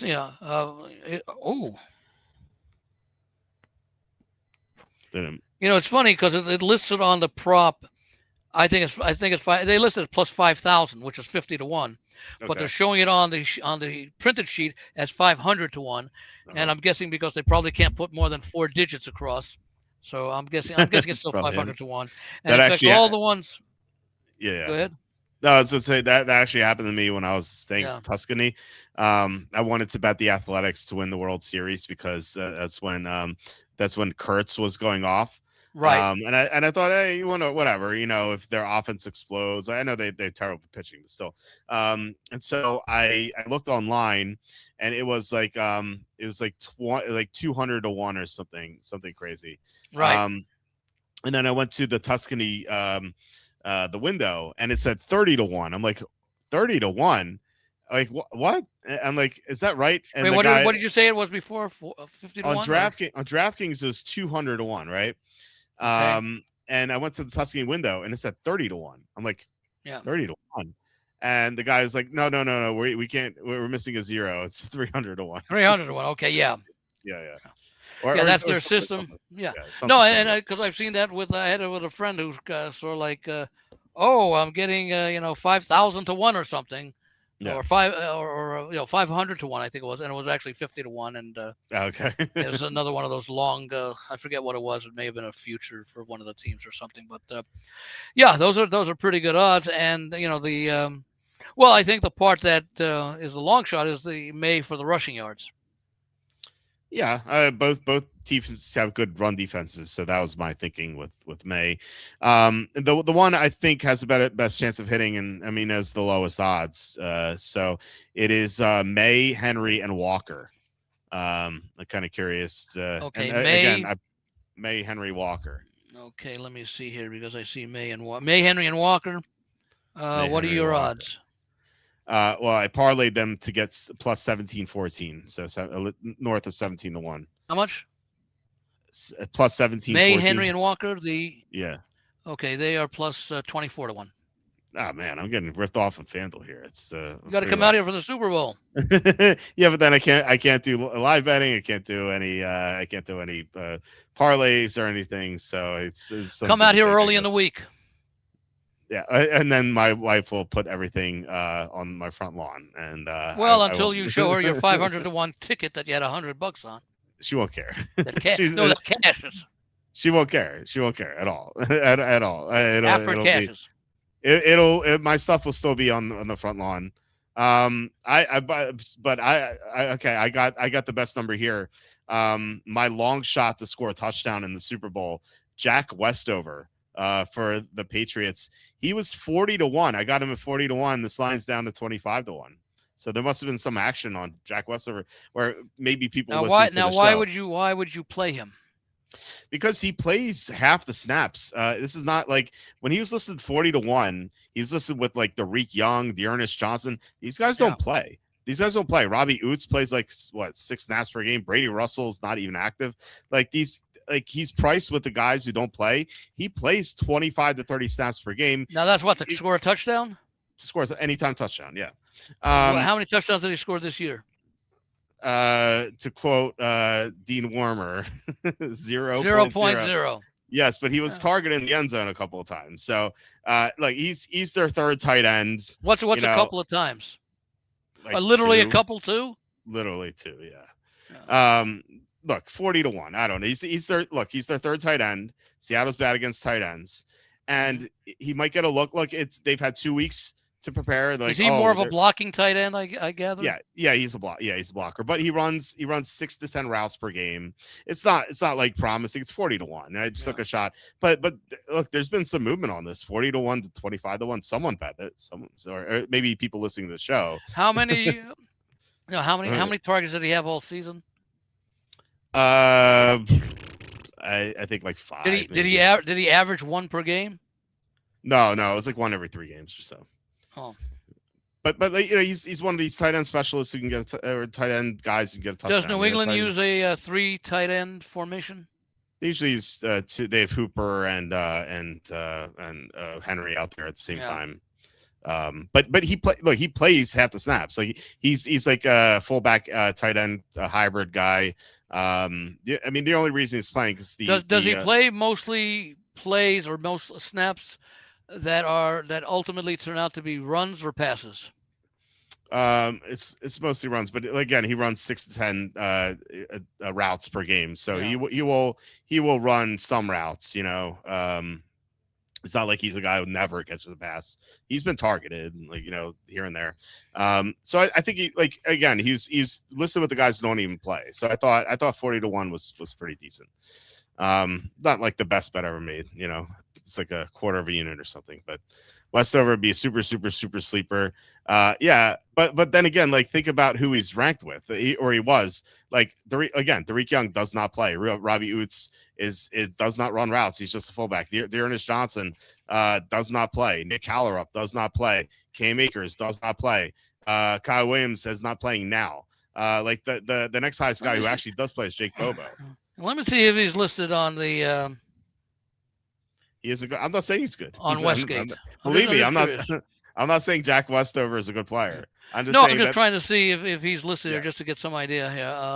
Yeah, I'm just saying that, like, 40. If this game is played 40 times, does he catch one touchdown? Maybe. I don't know. Let me see if he's even in any of the props. They got Stevenson. They got. Now Jack Westover MVP. Yeah, no, I'm trying. That's not a bet I would make, but I do want to know what the odds would be. Let's see who else they have. Henderson. Yeah, I mean, Henderson only played 4 snaps last game. Yeah. Stephon Diggs. Booty. Yeah. Well, that's they should the parents should have named him Shake. Shake your middle name. Shakir Booty. Yeah. Let me see. Booty. Okay, he's mentioned. Just say Big Booty. Booty. Hollins is listed.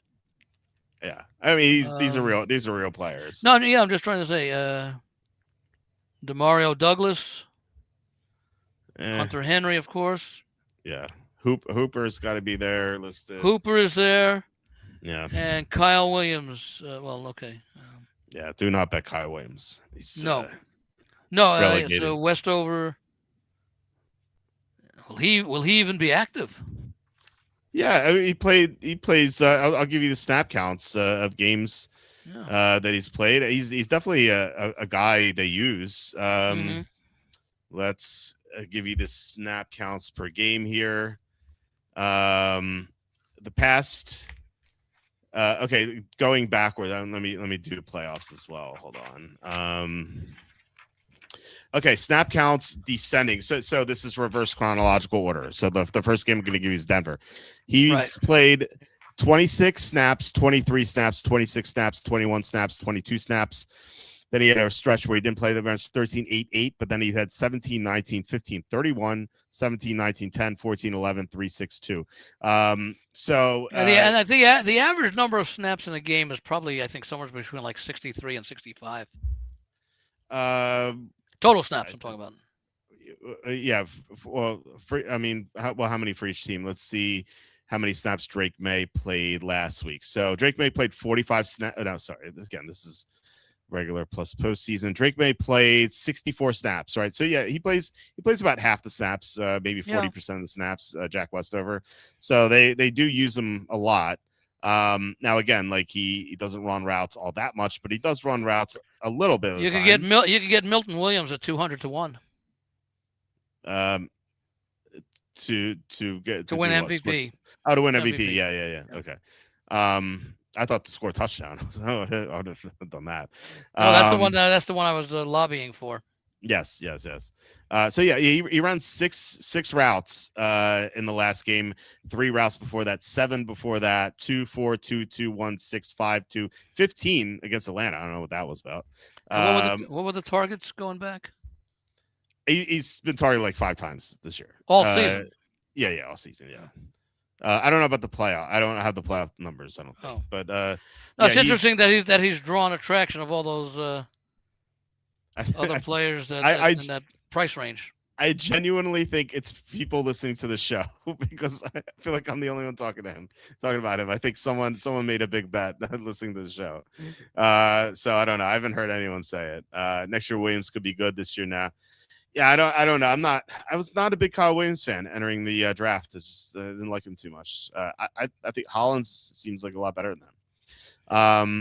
Yeah. So anyway, I took a long shot, very small bet on Westover to score a touchdown. And I think that the other ones I mentioned last week, I bet Sam Darnold 450 plus passing yards combined at the minus 119. 450 combined. You mean passing and rushing? No, passing, just passing. Darnold plus Drake May passing 450. Oh, okay. You just said Darnold plus 450. Okay, I was going to wonder.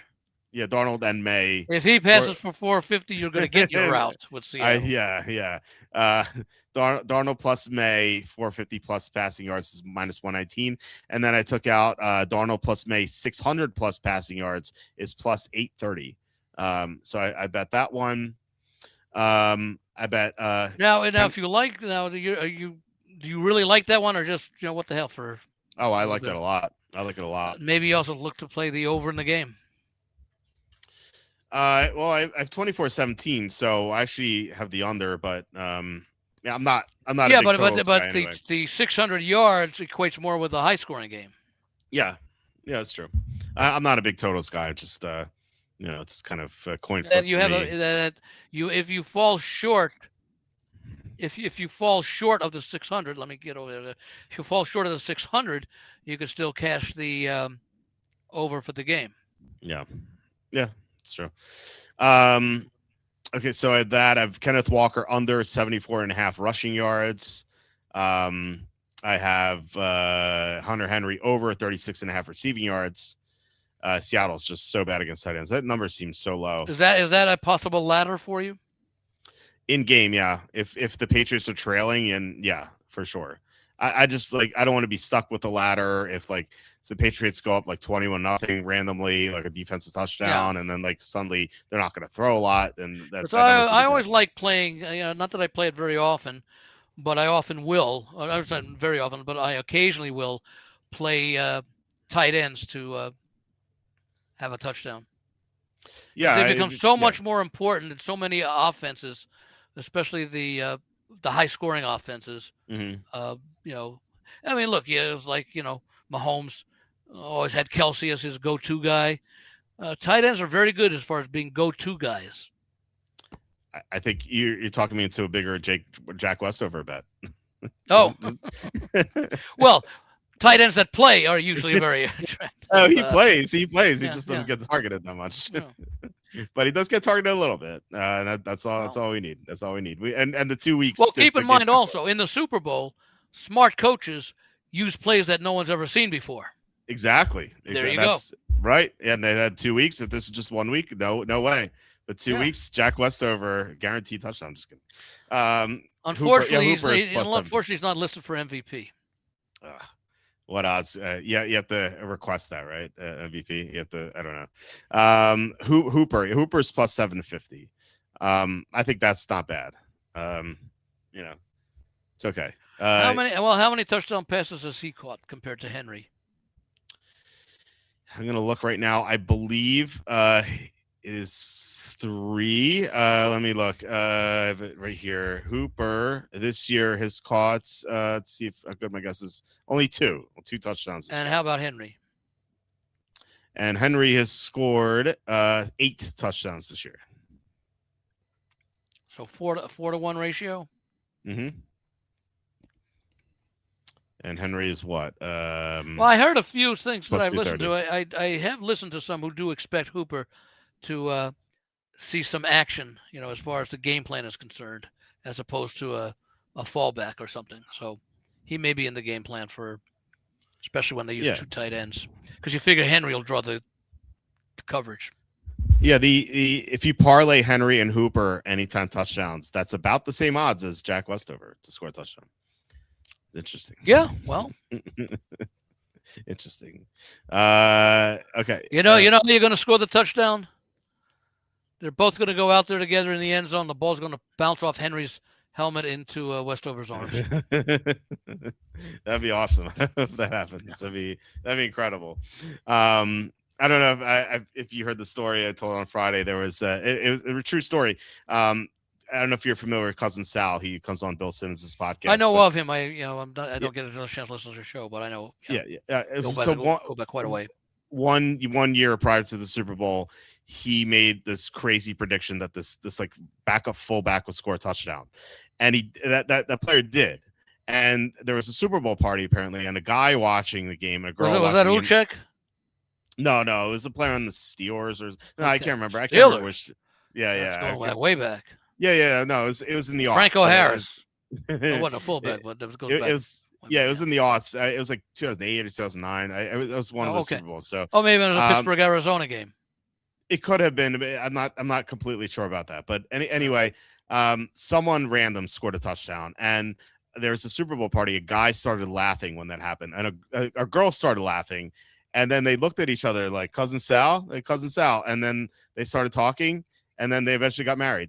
The Super Bowl betting. In other words, Cousin Sal started laughing, and she heard him, and she must have been listening to the show, and figured he's probably the only one in the world. He's got to be laughing about that ridiculous player who caught the touchdown. Yeah. So yeah, are they still married? I don't know. I heard that story a long time ago, but. It's just Super Bowl betting brings people together. Yeah. It's very nice.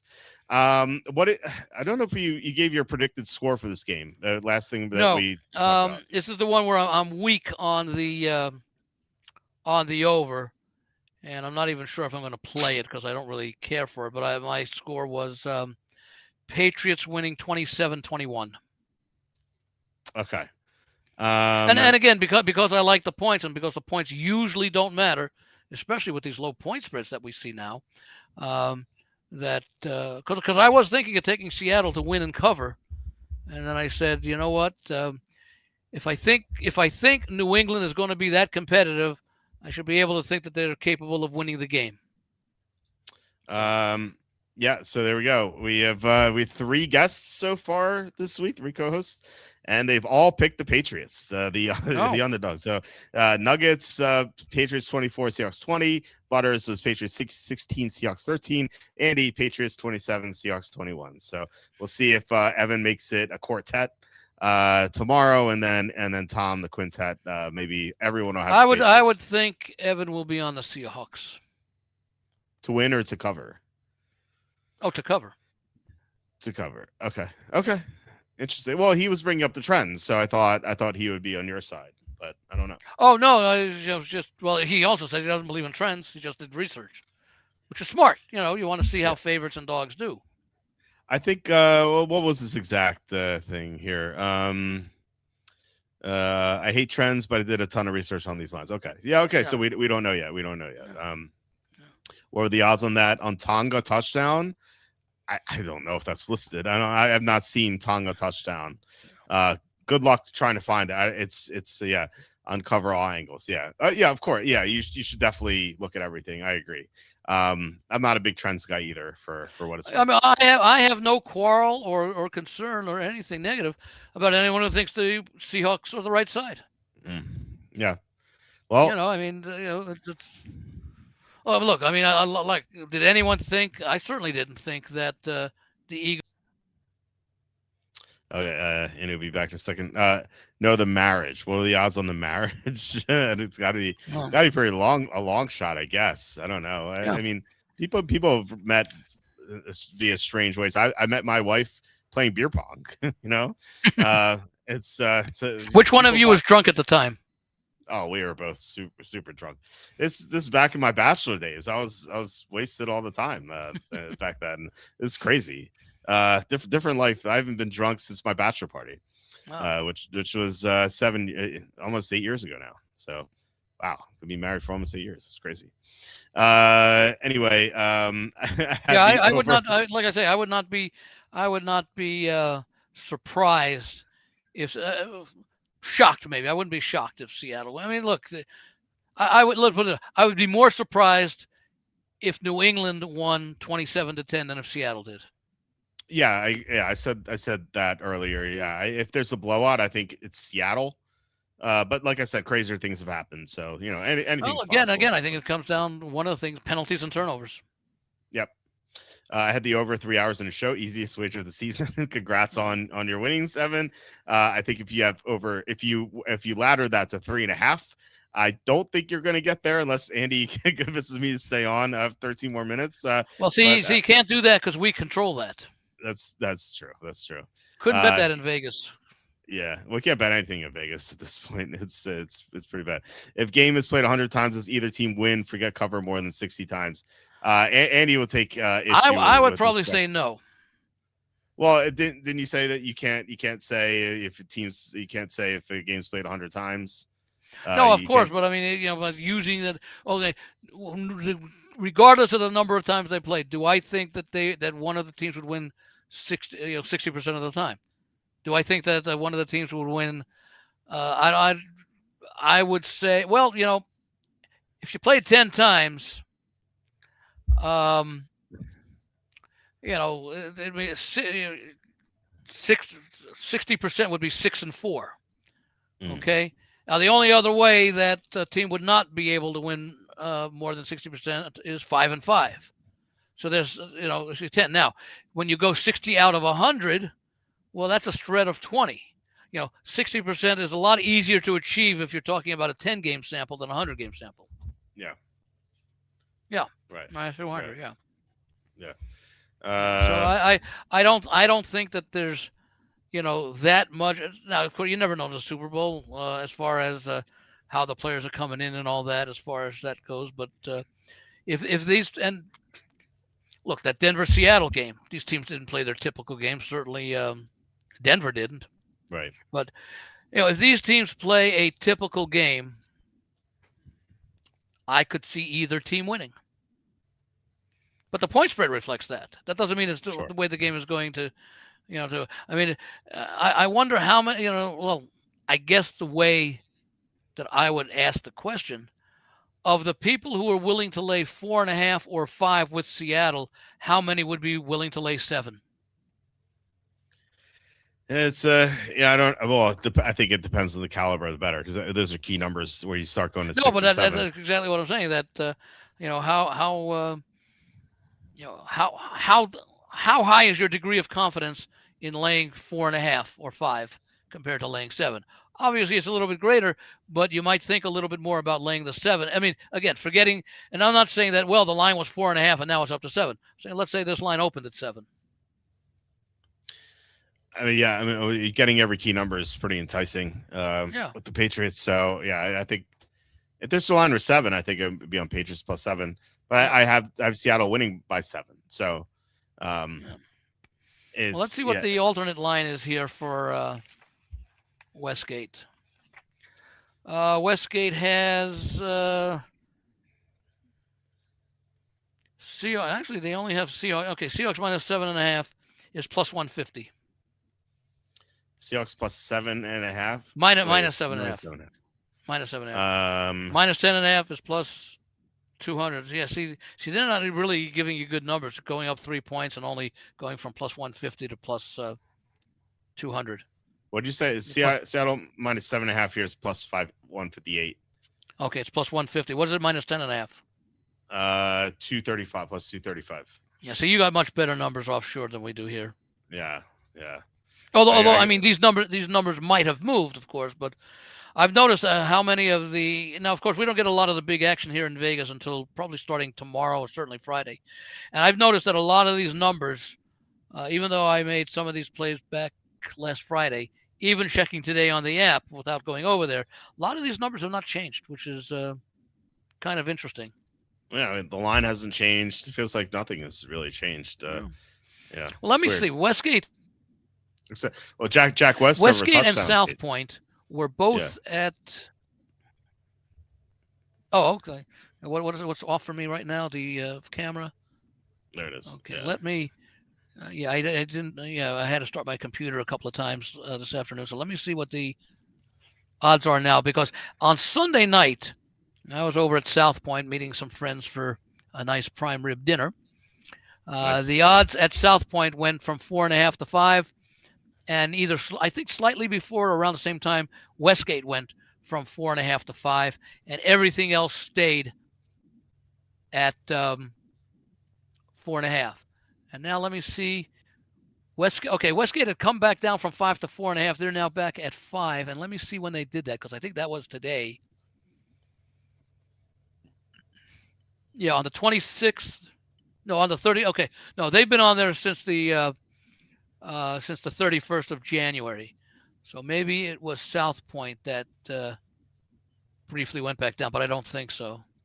Yeah, no, it was on the 29th. Mid-morning, Seattle went from 4.5 to 5. It stayed that way for almost a week. On the 4th, which is today, it went down about 11 a.m. to 4.5, and then by 5 o'clock it was back up to 5.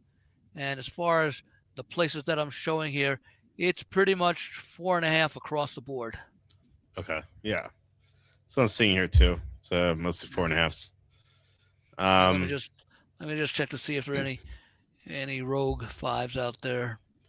Grande. Yeah, on the sportsbooks here, I'm not seeing any 5s. Like, all 4.5s everywhere. Atlantis, I don't know if they're still around. They must be, because they're still showing odds here. What's that? Not Bet Online, Be Online, whatever that is. Sports betting. A lot of them, I'm not familiar. Some of these off. ABC is 5. Tico, Top Bet. Ones that I've never heard of, because I don't follow those. Top Bet's a scam. Don't sign up for Top Bet. Anyone, please. They will not pay you. They will not pay you. Don't let the -5, -07 tempt you. Yeah. Those Top Bet will not pay you. I promise. No. That's like the one guarantee they make, is they won't pay you. They'll make you go through a whole rigmarole, and they'll never send you your money. So yeah. I'm seeing 2 5s both here in Vegas, and the totals I'm showing. 45. I'm showing a 45, 45.5. I've no more 46s out there, so it's come down a little bit. Interesting. We'll see. Do you envision this falling a little bit? I mean, the sharp money has not come in on either side. Do you think this could fall to 4? Because I haven't bet it yet. I'm kind of wondering if we see. I'm sort of surprised. I'm sort of surprised to see that it is at 5. I thought it would fluctuate between 4 and 4.5. Mm-hmm.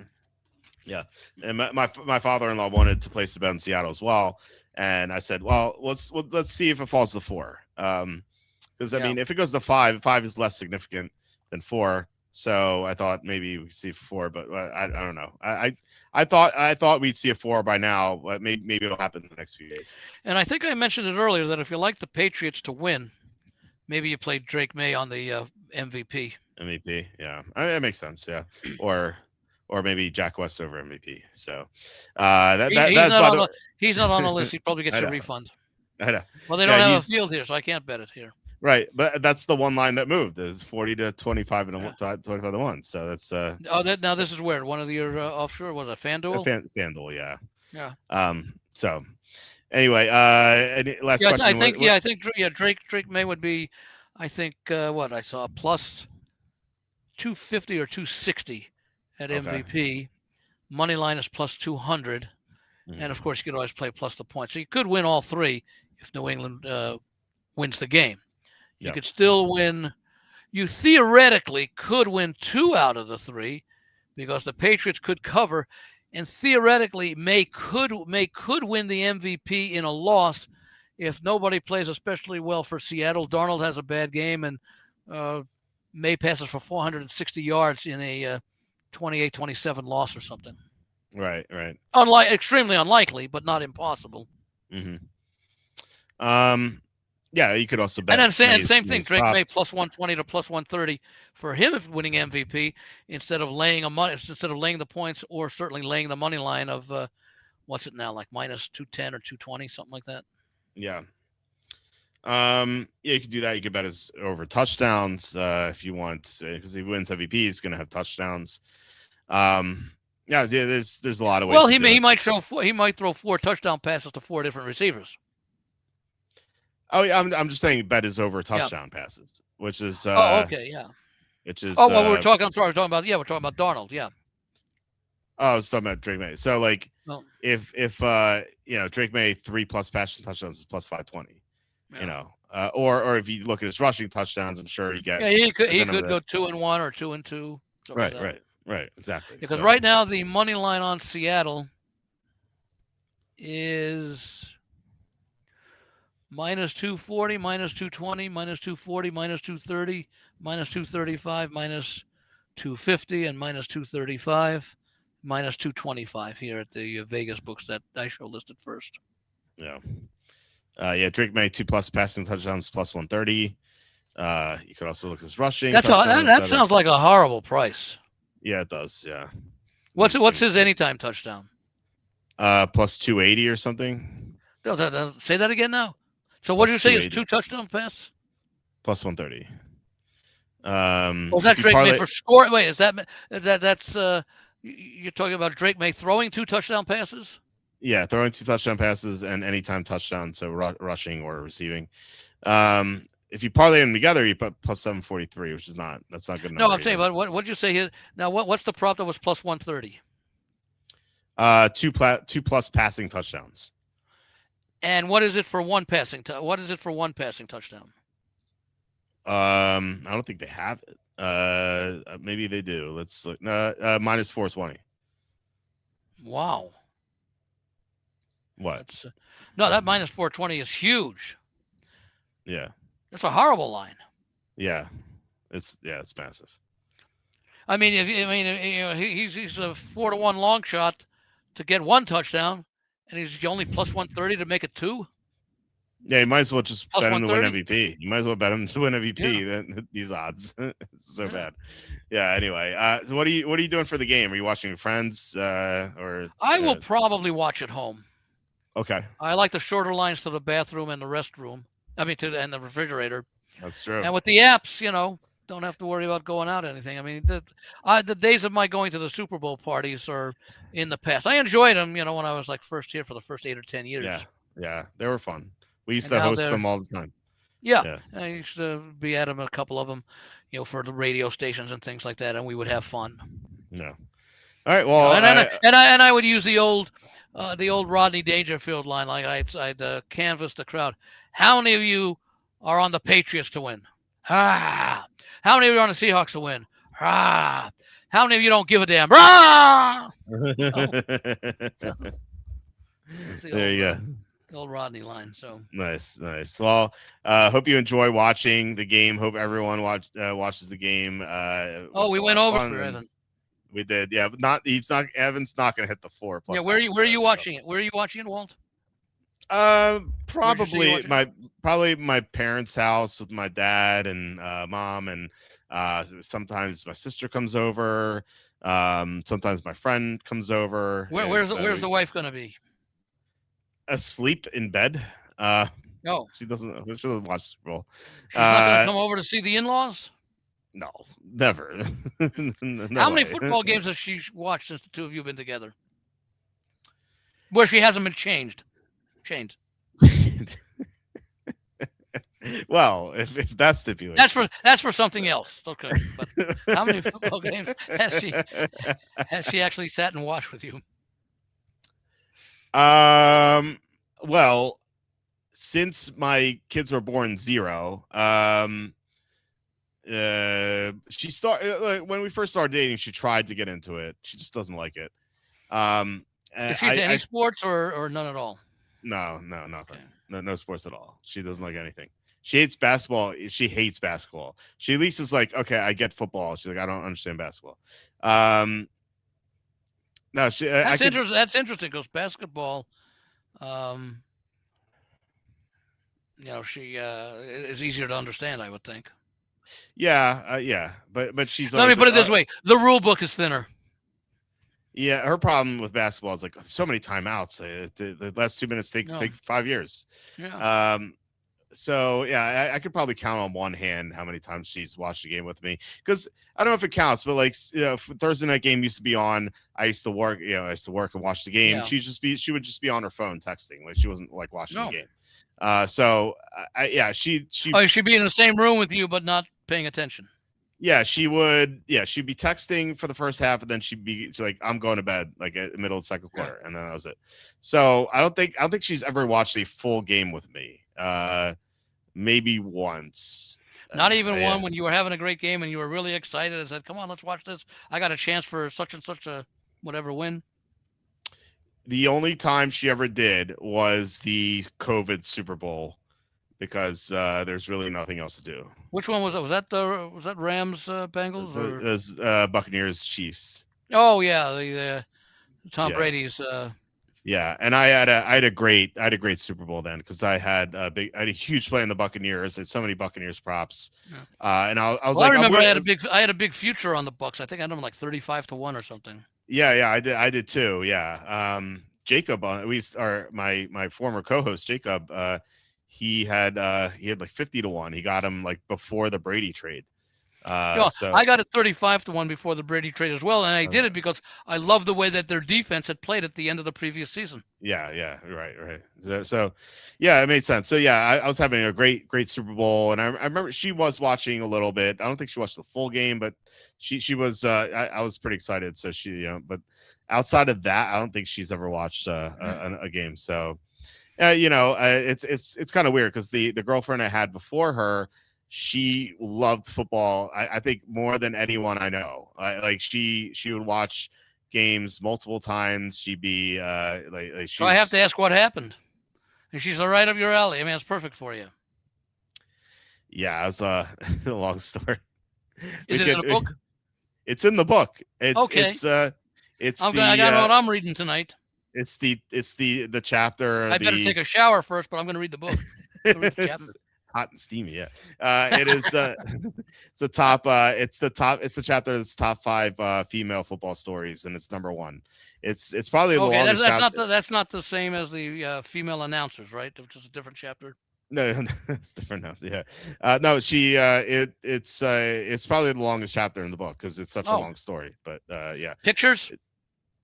I don't have. There might have been a screenshot of something she posted. That's actually how we started talking, is because she was being harassed by someone on the NFL.com message boards, and she emailed me because she read the site for a long time, and she said, look at what this creep is posting. And I'm like, okay. And so we just as fun, I made an account. You teamed up together. I made an account on NFL.com to pretending to be a girl, just so I could mess with this weird creep guy. And I still have that account on my NFL.com fantasy league. When does he get out of prison? I don't know. His name is Aaron, but that's all I know. But so I made my name is Lila, and if you look at my NFL.com fantasy team, actually says Lila. It's like, because I just kept that account. It's like I didn't have an account beforehand. So that was this is what, NFL.com? Yeah, they used to have message boards. They got rid of them because there's so many weirdos on there. I actually have a Microsoft Word document where I collected all the strange comments made on the comment board. And I wanted to strange comments for or to you, or just in general. In general, that people would make two girls, and mostly girls, but basically to anyone too. So I wanted to make a book out of this. That was a long time ago. And the first night we met, actually in person, I flew out to Colorado where she lived in Boulder. We actually just like the first night we just read the comments I had That's saved. A fantastic city, Boulder. Is that? Yeah, I had a fun time there. Yeah, it was a great week. Yeah, I enjoyed my visits out there. Yeah, so we just read the weird comments like that the whole night. It was so fun. So yeah, maybe I'll still do a book out of it, but we'll see. It's been a while. So, all right, I think that's about it. Anything to add? Do you want to mention thelogicalapproach.com, which will come on the screen right here? Nothing going on much there other than like I said, I have the my spreadsheet that has everything updated through the conference championship, as do the ratings that I just had. So if people are curious to see where everybody ranks, like I say, I have 3 sets of they're sort of like linear regression type ratings. They're basically along the lines of, okay, if A beats B by 5 and B beats C by 8 and C beats A by 11, how do they rank each other? It's a linear regression issue. And so I have that for all 32 teams, but I have it in 3 sets. One is based on, well, they're all based on who they faced in a specific game. But the first set is basically the raw ratings based upon who did you play and by how much did you beat them or lose. The second set is, okay, who did you play or who you played and what was the point spread for that game. And then the third one considers who did you play and how did you do versus the point spread. So in other words, if the team, let's say team A beats team B by 17 points and team A was a 7-point favorite. Okay, so that's got a separate set of ratings, and that the team won by 10 points. So they exceeded what they should have done. They were expected to win by 7. They won by 3, so they were +3. The average line against the spread sort of is what I thought. In other words, it's the results, the average line played against, and the average result versus the line. Okay. So those are the 3. And I usually, what I do is once we get past probably about week 6 or 7, I start totaling those 3 columns up, the 3 sets of ratings and averaging them by 3 to sort of say, based upon who you beat, how you were expected to do, and how you actually did, was how that factors. And I do that actually with a lot of my power ratings, as far as what did you do, what you were expected to do, and how much did you. I think I'm trying to think of the phrase that I use, and I basically look at what were you expected to do, and that's like 1/3 of the rating, and then how did you do actually, which is 2/3 of the rating. In other words, I'm weighing the expectation as 1/2 of what you ended up doing. So, so that would be like 33% versus 67%. Okay. I placed the 2-to-1 emphasis on how did you actually do versus expectations, as opposed to what you were expected to do, because what you expected to do was kind of like an opinion. What you actually did was a fact. Right. Okay. So that helps a little bit. So that's sort of that's a different set of power ratings, but a similar concept in the ones that I'm talking about. So that's there if people just go there, and I believe on the link. Are you able to move it up a little bit? Move up, or I I'm sorry, move it down a little bit. Yeah.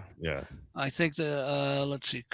Current matchups and stats, I believe, is where the current power ratings are. I haven't done them for basketball, or I will do them for baseball. But the one right at the top. Yeah, there it is. It shows Seattle and New England. It's not the most aesthetically pleasing. Then if you go back to the home page and go down to power ratings, which is about 4 or 5. There it is. Okay. And then click the first one there, which is the current through the end of. Okay, there it is. Yeah, right. You can see that, and then you go down to the next chart. That's the average line played against, or the expectation. Okay. Based upon the line and the team, and then you go further down, and that's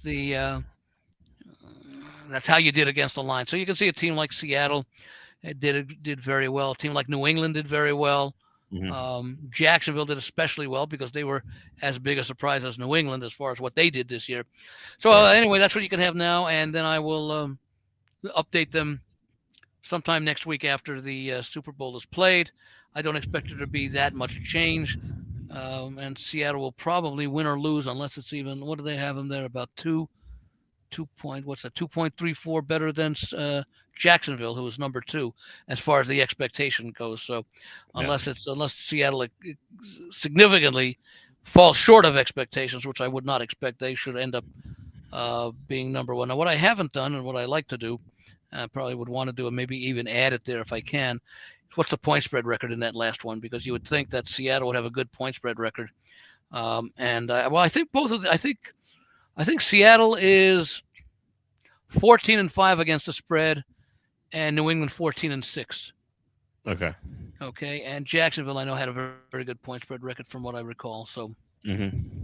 Anyway, that's the kind of stuff that I have up there right now. Okay. Yeah. Check that out at thelogicalapproach.com. Andy, another great show.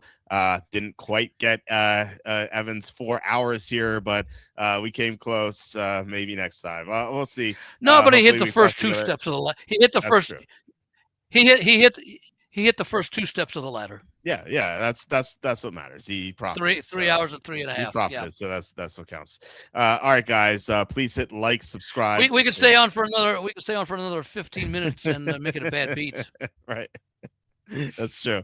All right, guys, please hit like, subscribe, comment below, share this video, visit walterfootball.com for tons of free NFL content. I updated my 2026 NFL mock draft today, so check that out.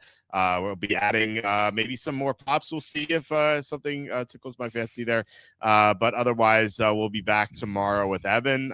We'll get to see who he likes in the Super Bowl, and then Tom on Friday. So we'll can't wait. And I will be listening to both shows. Okay. All right. Sounds good. All right, guys. Have a great night, and I will talk